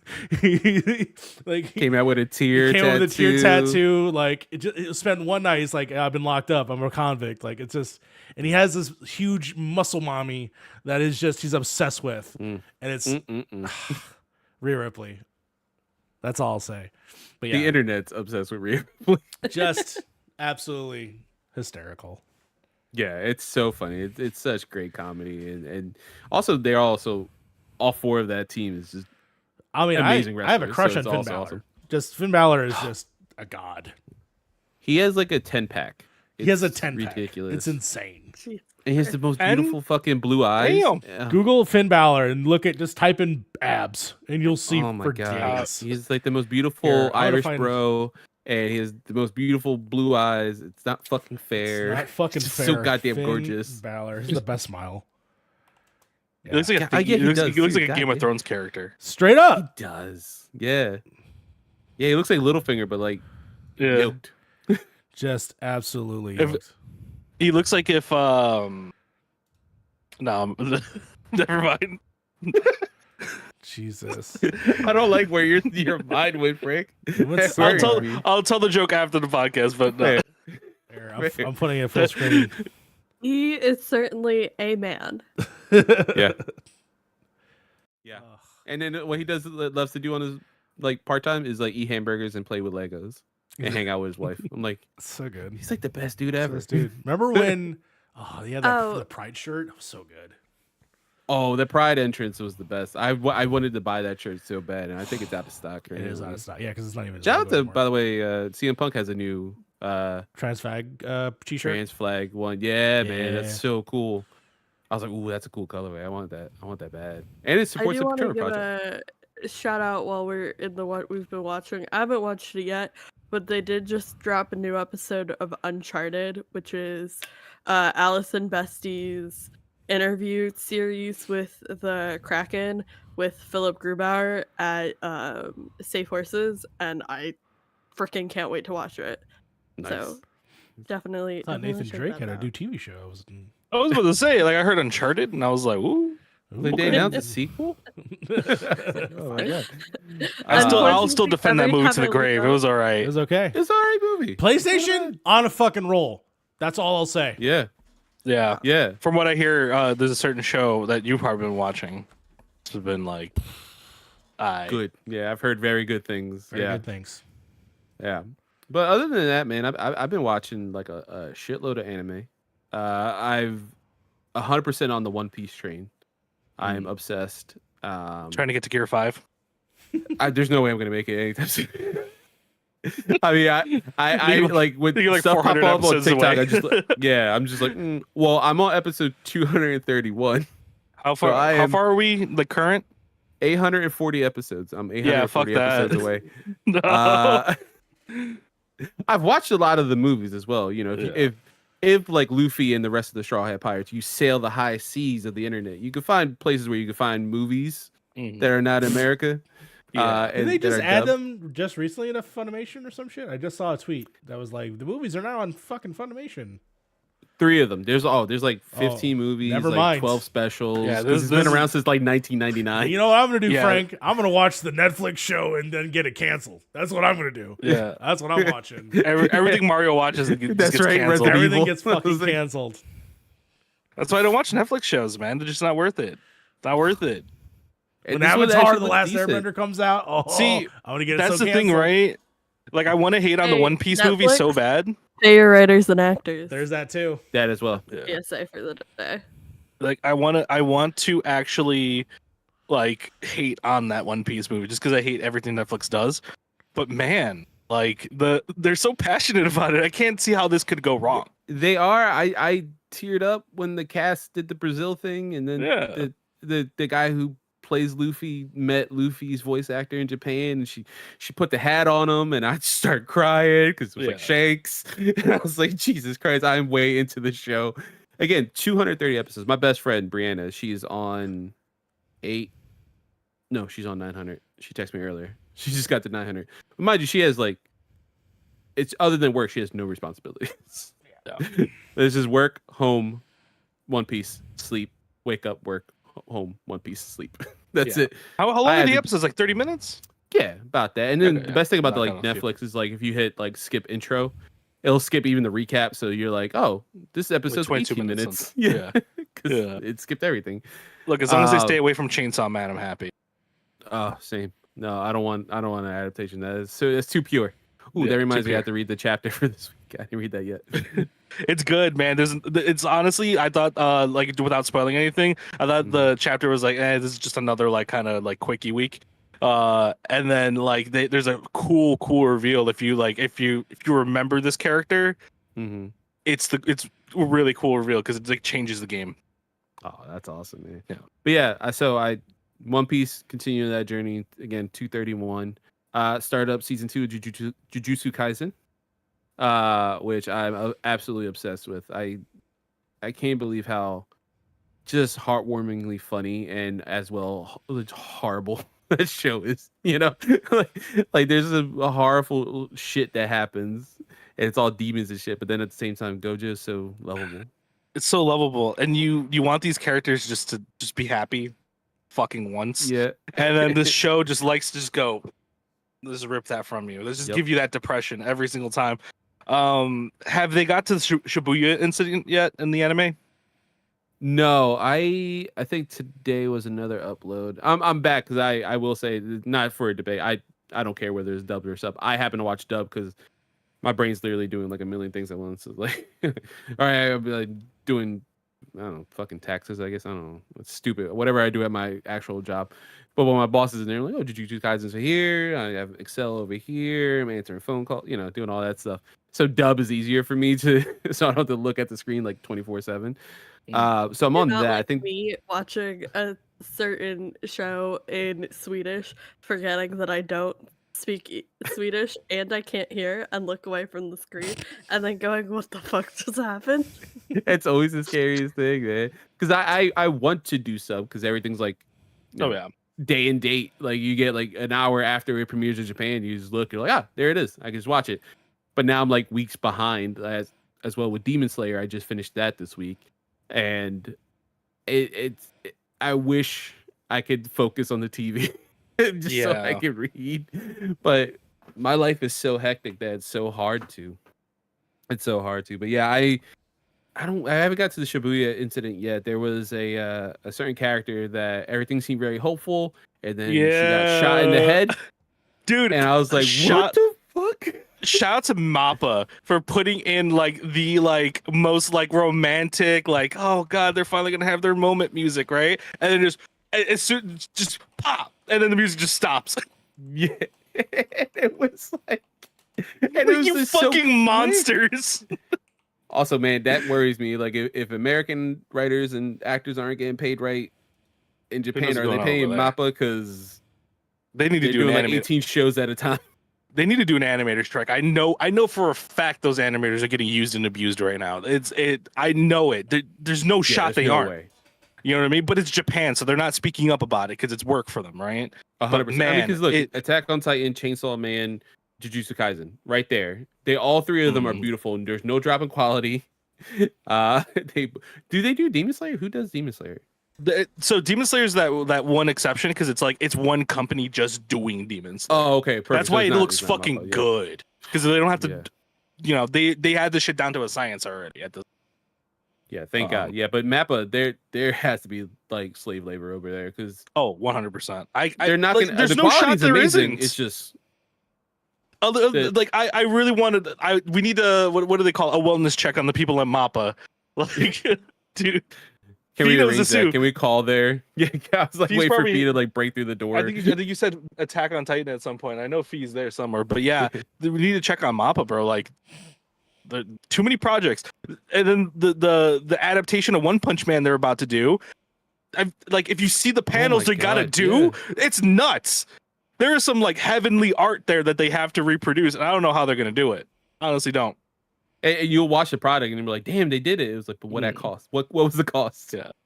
Like Like, who I don't lost even their know lives. I don't know if I even want a Chainsaw Man movie if it doesn't if it isn't done with love. Because the first season was done with love, so I'm like, if you're not doing it out of like your your heart, I don't want it.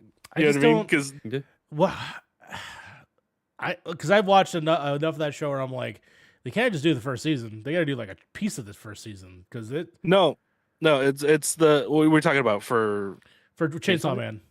Oh, yeah. okay. If they do the movie, no, if they do the movie, it's gonna be the Bomb Girl arc more than likely. And because that arc is very long, and there's a lot of stuff Yeah. there that you don't like Oh, would yeah. work in like a one movie. I don't even think I got Good to the Bomb cliffhanger, Girl too. thing. Yeah, no, the Cute cliffhanger ending. literally leads to Like, I don't Bomb think like any of that- Reze showing up. Yeah. Bomb Girl. Okay, all right. Yeah, but I can't imagine. Like, it'll look beautiful, but again, what's the cost? Yeah, right. I don't know if I really want it. If I know people had to like really kind of get fucked up over this. You know what I mean? Same reason I don't see some of the movies nowadays. Like I don't want to go see The Flash. Fuck do I care about that? Like all those people that Ezra Miller hurt. I don't give a shit. I'm like he's not getting my money. Yeah, that's the best thing. Even though I about the love high those seas, characters. You sail those high seas. Yeah. Just sail the sea, man. Like there's plenty of resources out there. Educate yourself. You know what I mean? Yeah. Do what you want because a blank is free. You are a blank. Yeah, exactly. There we go. All right. So that's what we've been watching. I'll Uh, skip. I have Dark Side of the Ring, but I'm sorry, Okay. Slide. Did you want to? No, I was just gonna transition out of there. You know Yeah. what else is free? Getting books from your library. Hell yeah. I finished In Every Mirror She's Black, which I mentioned last show. Whoosh, was that a book? It was incredible, so well done. Like, has stuck with me so strongly ever since I finished it. However, I will say, check the content warnings before you go into this book. Because there's a lot and it's rough, and I definitely did get very caught off guard. And two, just go into it knowing that nobody gets a happy ending. Nobody, none of them. It's very much an leaves you with a feeling of like unsettling, like unresolved narratives in a way that's very real and very human. But again, it was incredible. Just like a quick summary, it is the story of 3 Black women in Sweden whose life is all kind of connected around this one very rich, powerful white man and his company. Um, and it's just really beautiful exploration of these 3 very different characters and how they navigate the world. And again, it was beautiful and incredible and super impactful. But be prepared. Yeah. The other thing I would love to read, but my Libby app has a very long wait list, is Gideon the Ninth, because I have a friend who currently is reading through that series and info dumped the story of like the first book and half of the second book, and now I'm invested. But I'm waiting on that. What else did I read this week? Oh, I read a fanfic. I usually don't name fanfiction. I don't know why I felt like I was shutting out this one, but it's a series called Blackbird Singing in the Dead of Night by British Party. It's Tim Drake AU, where he's kidnapped by Black Mask as a child. Anyways, read the tags, all that good stuff. But it was really solid. I really enjoyed it. And I did leave a really salty note in our docs asking if Batman all media types count as a struck work. The people would love to know, because I don't know what's struck and what's not. I'm Yeah. sure something under that umbrella is. Technically, but it's owned however, by this Warner is Brothers. mostly based on Yeah, I mean, comics, if we're talking about Yeah. but if you're doing a reading thing, it's not technically against the WGA. Also, it's probably written by someone that's not in the WGA. I'm assume? just trying to not talk about fan fiction that is based on struck work Sure. at this time. But yeah, again, then- it's mostly based on the comics, I think. So If that's the case, then sorry, fan fiction. You can't talk about anything then, all right? Because it's Yeah. all probably a property that You can- somebody owns. Honestly, just that kind of stuff just breaks that fan you fiction. can't Then. promote, and nobody's clear on what the line between discussion and promotion is. So Yeah. we're just vibing. Go donate to the entertainment community fund if you can. All that good stuff. Yes. Yeah, absolutely. That's from my reading. I'll very quickly just because I don't want to do the same thing. I've been trying to catch up with the current X-Men run. I'm like really far behind, but I kind of want to know. Like I know, spoilers about Miss Marvel, and now her new heritage. Now that she's, a new thing. She's a mutant now. But and Thanks, there's the MCU. fall of Krakoa. Yeah, thank you. But But now there's also the fall of something. Krakoa. So I'm dying to. I've been trying to catch up to get to that point to the fall of Krakoa. But I won't talk about it because again, it's a slippery slope with that specifically. So I will talk about an independent book that I've been really reading, and I just misread where I was in the series, so I just started it from beginning and got sucked in. It's Sunstone. I'm not sure if anyone's familiar with Sunstone. No, not at all. Okay, all right. So I hope I'm not going to butcher this name. It's Steven Sepchik, I believe is his name. He's an artist, and I think it's Top Cow. I think is the company that releases our Image comics, maybe. It has the So- carrot thing on the S, which I'm Yeah. pretty sure is a sh sound. Sure. Oh yeah, that kind of makes sense. Yeah. And Sunstone is a it's a love story about a dominatrix and her sub. Fuck yeah. Fuck yeah, it is. Ooh. It is. Fuck yeah, it is. Oh my god, the cover is awesome. Oh yeah, all the awesome. And So cool. I literally at the conclusion of the main storyline, which I believe is volume 5. There's more that like are still in the world and connected specifically to them. I cried. I was in tears at the end of it. I was just so happy. And I was on the edge of my seat because it was like the perfect. Like I wish there was some sort of adaptation of this. Yeah. Obviously strikes, permitting, but like some sort of adaptation that would be so. It would be hard to do it because there's a lot of rated R material. Well, to me, this kind of. I know this vaguely- artist. Yeah. Yeah, hold on. I actually have a book. We're back. Go for it. Mhm. This vaguely, just by reading some of the description here, it kind of reminds me of the movie Bound by the Wachowskis. Yes. Which would actually be a fairly. They did Jupiter Ascending, of course.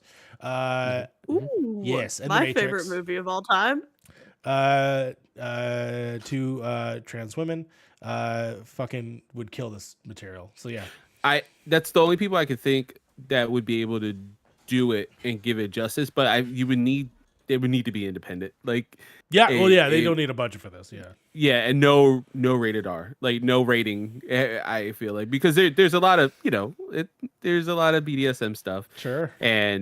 But at the same time, it's this very beautiful love story between two women and just them finding out the world and kind of giving you a glimpse of this world that I'm not into this stuff. So like, I think Steven, the artist, is him and his wife, and it is cool to see and get explanations for a lot of what this community is and what having a relationship in that community is. And there's a lot of like pitfalls and normal relationship stuff that happens, and it's just so beautiful, like this beautiful love story between these two women. And like I was literally on the edge of my seat, like reading like volume 5, like midway through, and I'm like, I need you guys to talk. And like the frustrations of when you watch something and these like will they won't they kind of thing is happening, like just kiss already, like what the fuck. Just be happy.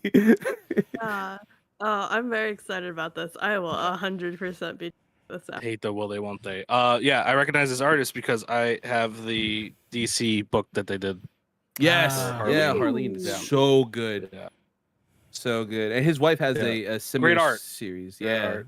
We got, She has a series called one of my favorite Swing. There we go. Bam. Oh yeah. Good nice. panel. I also love his fan art of like Lara Croft and Wonder Woman being into each other. There's a couple I was like, yeah, They would. Yeah, They would They be Yeah. into each other. They would. for sure. Yeah. But yeah, it's great. Obviously, content warning because there's a lot of sexual matters that happens in the books. But I highly recommend it if there's a way you can read them. They're so good. Very nice. Hell yeah. So yeah, moving on from what we've been reading, going to what we've been listening to. Frank, you teed it up earlier. I see Mhm. Critical Role listed on here. Yeah. So I don't really have too much to say, just because like I'm still very much in. I started with campaign 2 because I don't want to know what happens in Vox Machina. I really like the show, so I'm just gonna organically just watch the show as it progresses. Maybe down the road I'll come back and just see where the show took obvious inspiration from, and what they didn't put in and stuff like that. But right now I'm doing campaign 2, and I'm 2 episodes in. I think I'm starting the 3rd one now, because they're like 4-hour long episodes. So it's definitely something I have in the background. I have it on my second monitor, so I could like every now and again I'll glance over there. But usually while I'm listening to that while I'm playing Baldur's Gate. Pause that when I'm like the story stuff, and then do that. But I'm having fun. I definitely see where a lot of the love for certain voice actors come from within the show. Especially Ashley Johnson, I want to say her. Yeah. Amazing. Yeah. Amazing. You know what I mean? Yeah. Everybody. I mean, honestly, everybody on the show, Laura Bailey, I'm still getting used to some of the people because I'm sure I've heard them before. I just sometimes don't put faces to the person sometimes. So obviously, like I recognize Laura Bailey, stuff like that. But yeah, I'm gonna go through them, just see where it goes. Luckily, it's now that I understand the D&D talk, I could actually kind of visualize what's going on within it. Because before, like I said, I would listen to it and I'd be like, I'm too harped on like what's going on mechanically and not what's going on story wise, and it kind of bothered me. But now, totally kind of see it. Yeah, I have a similar issue with that. Not that like I want to listen. And like friend of the show, Kyle Stevens, like he always will talk about like Critical Role and how much he loves it. But watching Vox Machina and then reading the trade paperbacks that were released by Dark Horse, that was an easier way to understand what was going on. I need almost like a visualization of it. So watching the animated series, which is really good. That helps, and I think that's how my brain works a little better. To see definitely. it physically in front of me. I've been tempted to listen to Critical Role, but that 4-hour time frame, which I don't know why it's such a my god, I can't listen to it. But yeah, I mean my YouTube like watch later list is like 196 videos that I still watch of our friends' stuff. I'm like, I'll get there. I'm getting there through little by little. Eventually. But yeah, other than that, I've just been we're doing what we're listening to, right? Yeah. Right now, my intuition, because I think I'm gonna buy a shotgun, a 5-round semi-automatic shotgun because it's cheap. I'm gonna need you to roll a d20 on that. I'm gonna you need to get a 15 or higher. I don't have any fucking dice in my room right here.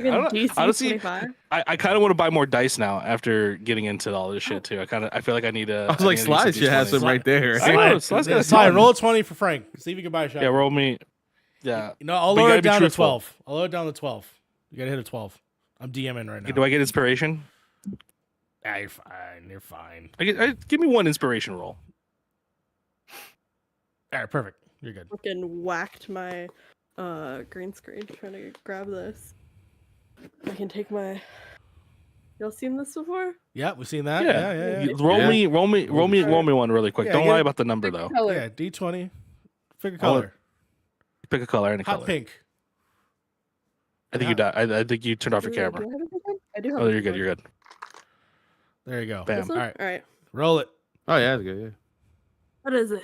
13. Oh, you did it. Easy. Oh yeah, you did it. Easy stuff. You want to see a shotgun I'm buying? It's called a Tokarev TBP. Jesus Christ. All right. Well, enjoy that. That's like a Resident Evil weapon.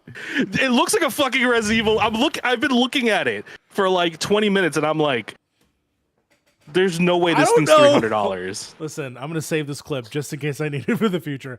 He's been spending 20 minutes staring at a shotgun, okay? Just be careful, all right? Be careful. Look, if for anybody who's scared or something like that, I like to shoot weapons at paper because it is fun and to shoot guns, not at people. Not at people. I don't like shooting people. I like shooting paper targets. I know what you did in Utah We are not that fucking place. Yeah. All right, don't fuck with FEMA. us. Oh my Do god. not fuck with us. No, FEMA's cool. FEMA's cool with us. You know, Shout out to they're- Tay as they, well. They support my shotgun habits. Jesus Christ. They Yeah, encourage that's it. that's basically it. All right. Nice. Yeah. I'm just stuck on this. It's so funny.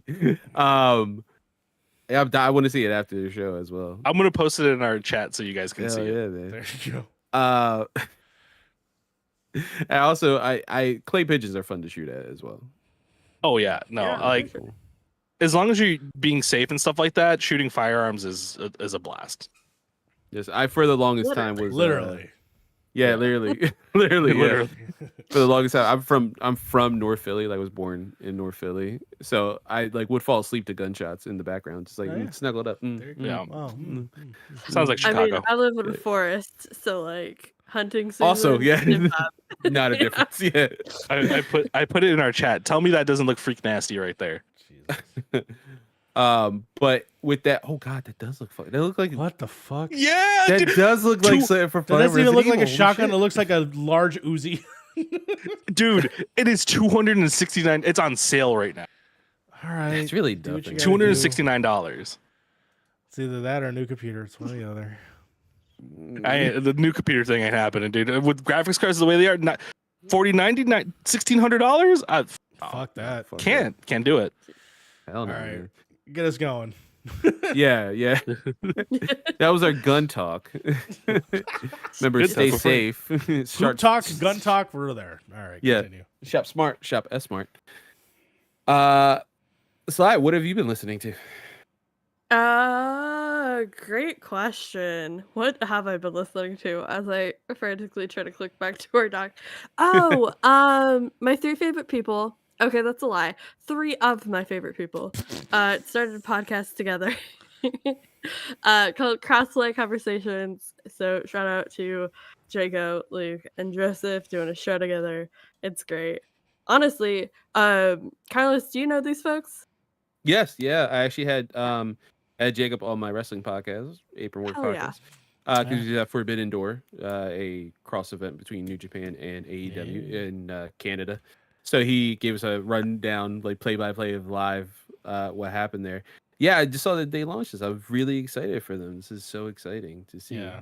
They're I great was just gonna conversations. say on- they should have you on, and then it will be four of my favorite people, and it'll be Right. great for me personally. It'll No. be my We're end stealing game them. of. There's a games hierarchy. video It's like point of progress, shared screens. It's like, there's a tier list. Like I have to go down the ladder. Take that, trophy room. Damn. That's because they haven't had me on yet. Yeah, fucking A. There you go. So, Yeah. fair. Yeah, invite me back. We've had you Yeah, I on like said it. all of our shows, right?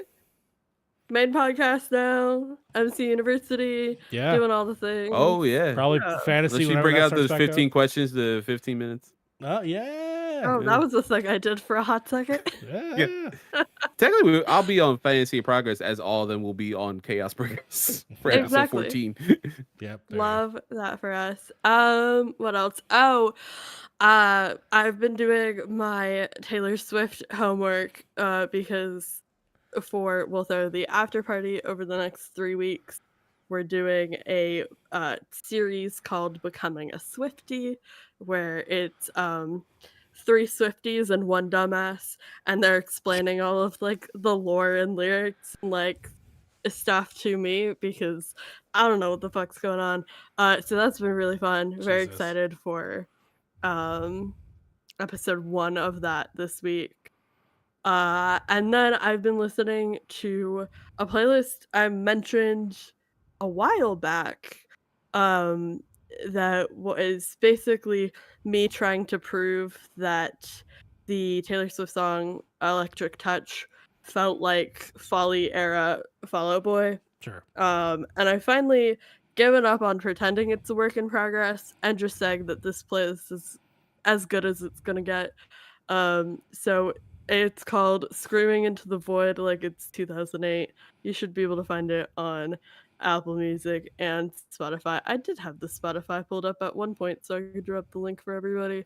But I did, in fact, search something else in that tab. Love that for me. The name of that playlist is such a pop punk like album like title. You know what That I mean? was Like, the vibe I was trying to to be go fair, for. I thought that the whole sentence you actually have written there sounds like a Fall Out Boy title, which is "Screaming into the Void like it's 2008." An aforementioned Follies by playlist is like the title of the song. yeah, Yeah, yeah, So- it exactly. really is. It's track 1. It's really That's giving track like one. Cork Tree era titles. Yes. Yeah. Yeah. So that's fair.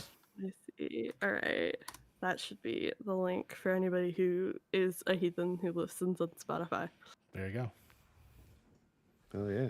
All right. I like the Swiftie journey as well. Tay-Tay's got some good Yeah. music, man.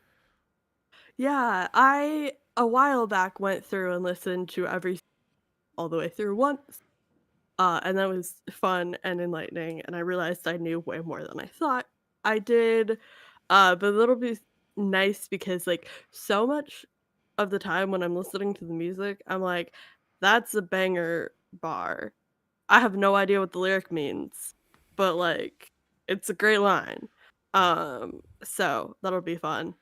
I did call Mario out in my notes when I was writing this at midnight. That earlier. That despite popular belief, I'm not a Taylor Swift expert. Mario. That's right. I'm Point in Progress #1 Taylor Swift expert. I've listened to Midnights when I fell asleep. You know, that's Mhm. about it. Yeah. Perfect title. That's for about it. sleep Yeah, there you music. go. Love that for you. Yeah. Okay. I think my gateway to Tay-Tay's music was a lot of the pop goes punk albums, like those covers. Yeah. Ooh, And that was like God, the I kind of love Pop sinking Goes point. Punk. Yeah, that was like the sinking point where like, Yeah. no, she makes good music. I think I needed a different way to hear her music Need to see it in to different then be like, perspective. no, I'm into her stuff. Yeah. Yeah. Yeah, I'm not a Taylor Swift fan. I got like a few songs that I'm like, yeah, I could bop to this maybe. I actually live vicariously through one of my coworkers. Shout out to my homie Kieran, because she has like she has like a love-hate relationship with her. Like every day I come to work, I'm just like, what's going on with Taylor Swift? And she's just like, fuck that bitch. And then, like the next day, she's like, I'm absolutely in love with her. It was great during the Maddie Healy bullshit. All of a sudden, it was every day. It was like, fuck her. Just And then all of a sudden, hear I the love her ups- again. She tried to sell her tickets to go to the Era Tour, but then like still went and then fell in love Yeah. again. It was great. and then fell in love again. She was so pissed, and then she's like, I can't go to this concert. It goes against everything I believe in. And then and then they broke up. She's like, okay, everything's back. I'm good. She did It's that for great. me. Love it on Yeah, again, no, off again relationship. I love living vicariously through her on that. It's funny. I think the other day she was just like, Taylor Swift came out finally, like on Twitter. And then my dumbass Googled it, and I'm like, you fucking liar. I told her, she was like, yeah, I'm just trying to start shit. Love that. Because everyone that's like immediately grabs their phone, like, whoa, hold on. The Gaylors are right. The Gaylors I've are right. also been trying to start shit about people. This is totally off topic, but I did just was reminded of this. I read a sentence of an author's note on a fan fiction in the hockey RPF fandom that fundamentally changed me as a person, and it was saying that one player looks like he's allergic to fruit.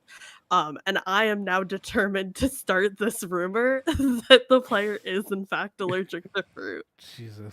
I would love if they just like a ESPN like interview. It was like, hey, we heard you're allergic to pineapples. He's like, who the fuck keeps saying this online? Who's Yeah, spreading no, these lies? I love a the pina most colada. recent plan was to just start presenting it as a statement. Like if I was ever interviewing a player, be like, player A is allergic to fruit, right? And see how many just like nod along and go on with it and like Yeah. totally Such a bullshit. wild fact. Fucking actually, Michael Jordan really hates them kids. You know, Like, Really fuck them fucking- kids. fucking hates them Fuck kids, them kids. you know? Fuck them kids. Oh, man. Bitch Fuck ass 'em. kids. Carlos, what have you been listening to? I need to know.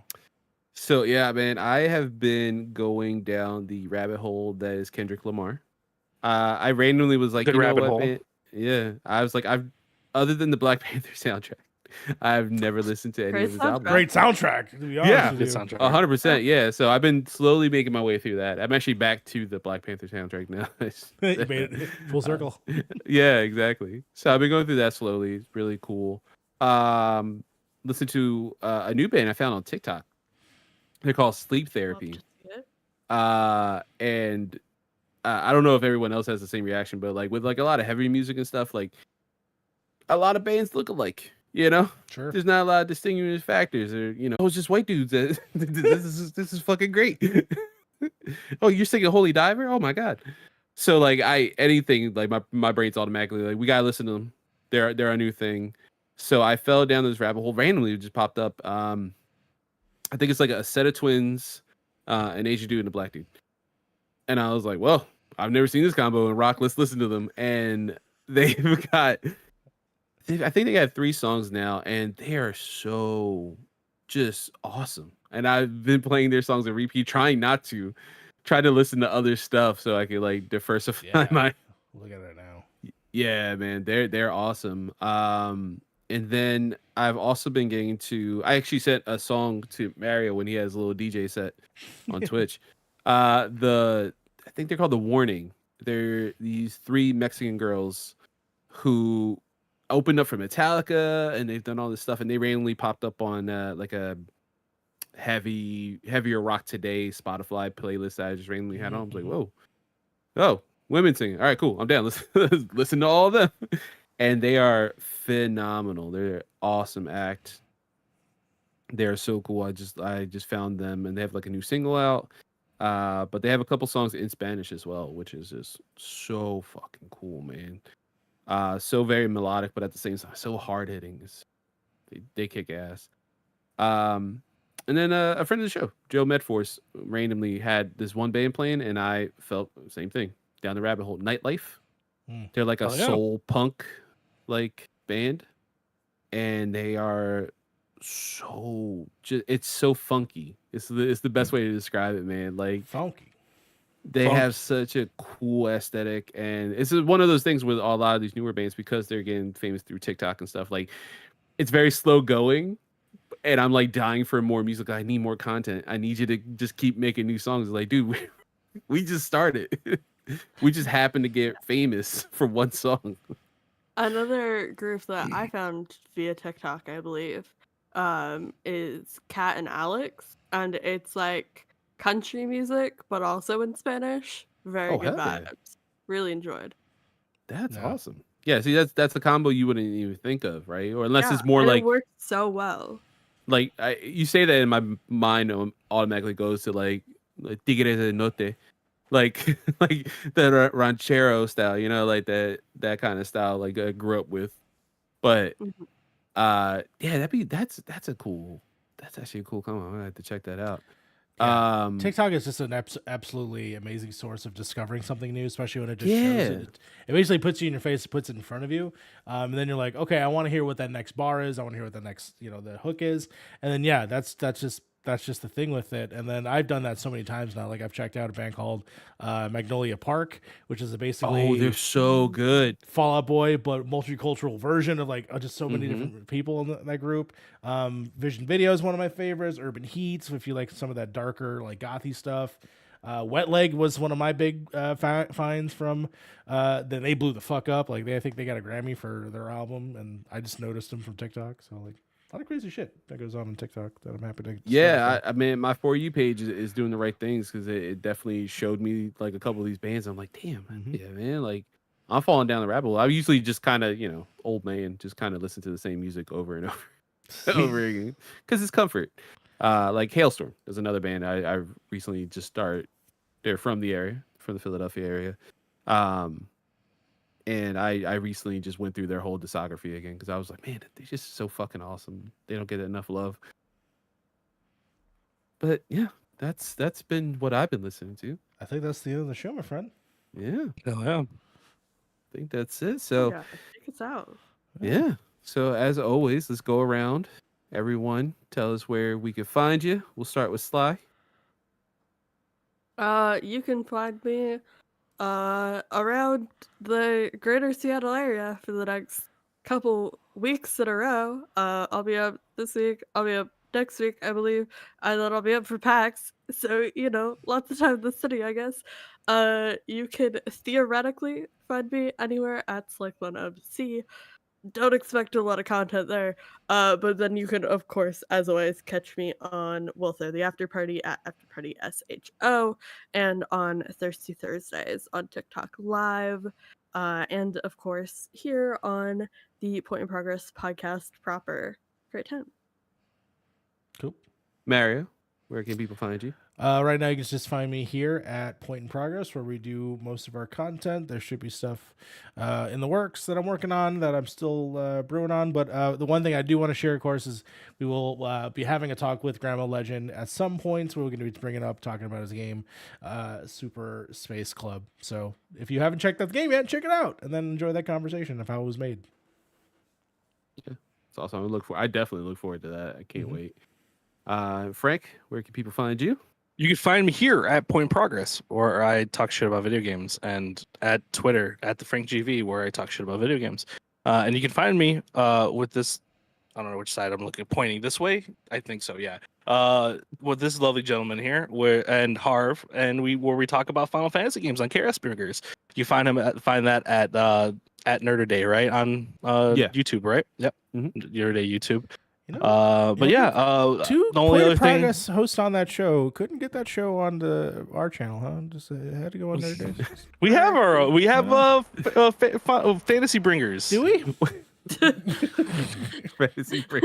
That's what we're gonna call that episode now. Yeah. It was like when I was like struggling with the title. At one point, I was gonna be like, "Would it be a dick move if I just like text Mario and be like, yo, can we just bring back Fantasy in Progress?" But, I don't own it. do That's theirs. They can figure it Yeah, out. that's Their what it's shit, gonna be you know, like. you know. Yeah, Fantasy in Progress is basically just at the current moment Final Fantasy 14. So it's our journey through 14. Yes. Which will continue once 14 is actually getting more stuff in the game, which is next year. So Yeah, don't tell. There you that's go. happening. Only other thing I wanted to bring up is Mario, what are you doing next Wednesday? No, next Thursday. Sorry. I was gonna say, I was like, I think I'm gonna be here.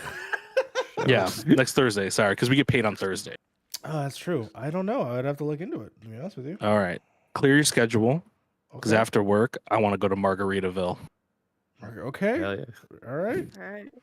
Go to Margaritaville. With that, What thank is- you so much for joining us. Thank you, Carlos, for hosting the Big show Navy Pier. on a whim, taking it over. You Thank did you. incredible. It was a Thank you, thank joy having you host. Make sure to follow Point in Progress on all the socials, subscribe to the YouTube, hit the like button, all that wonderful things. And with that, take us out. Progress has been made. Woo! Woo! Fuck yeah. We landed the plane.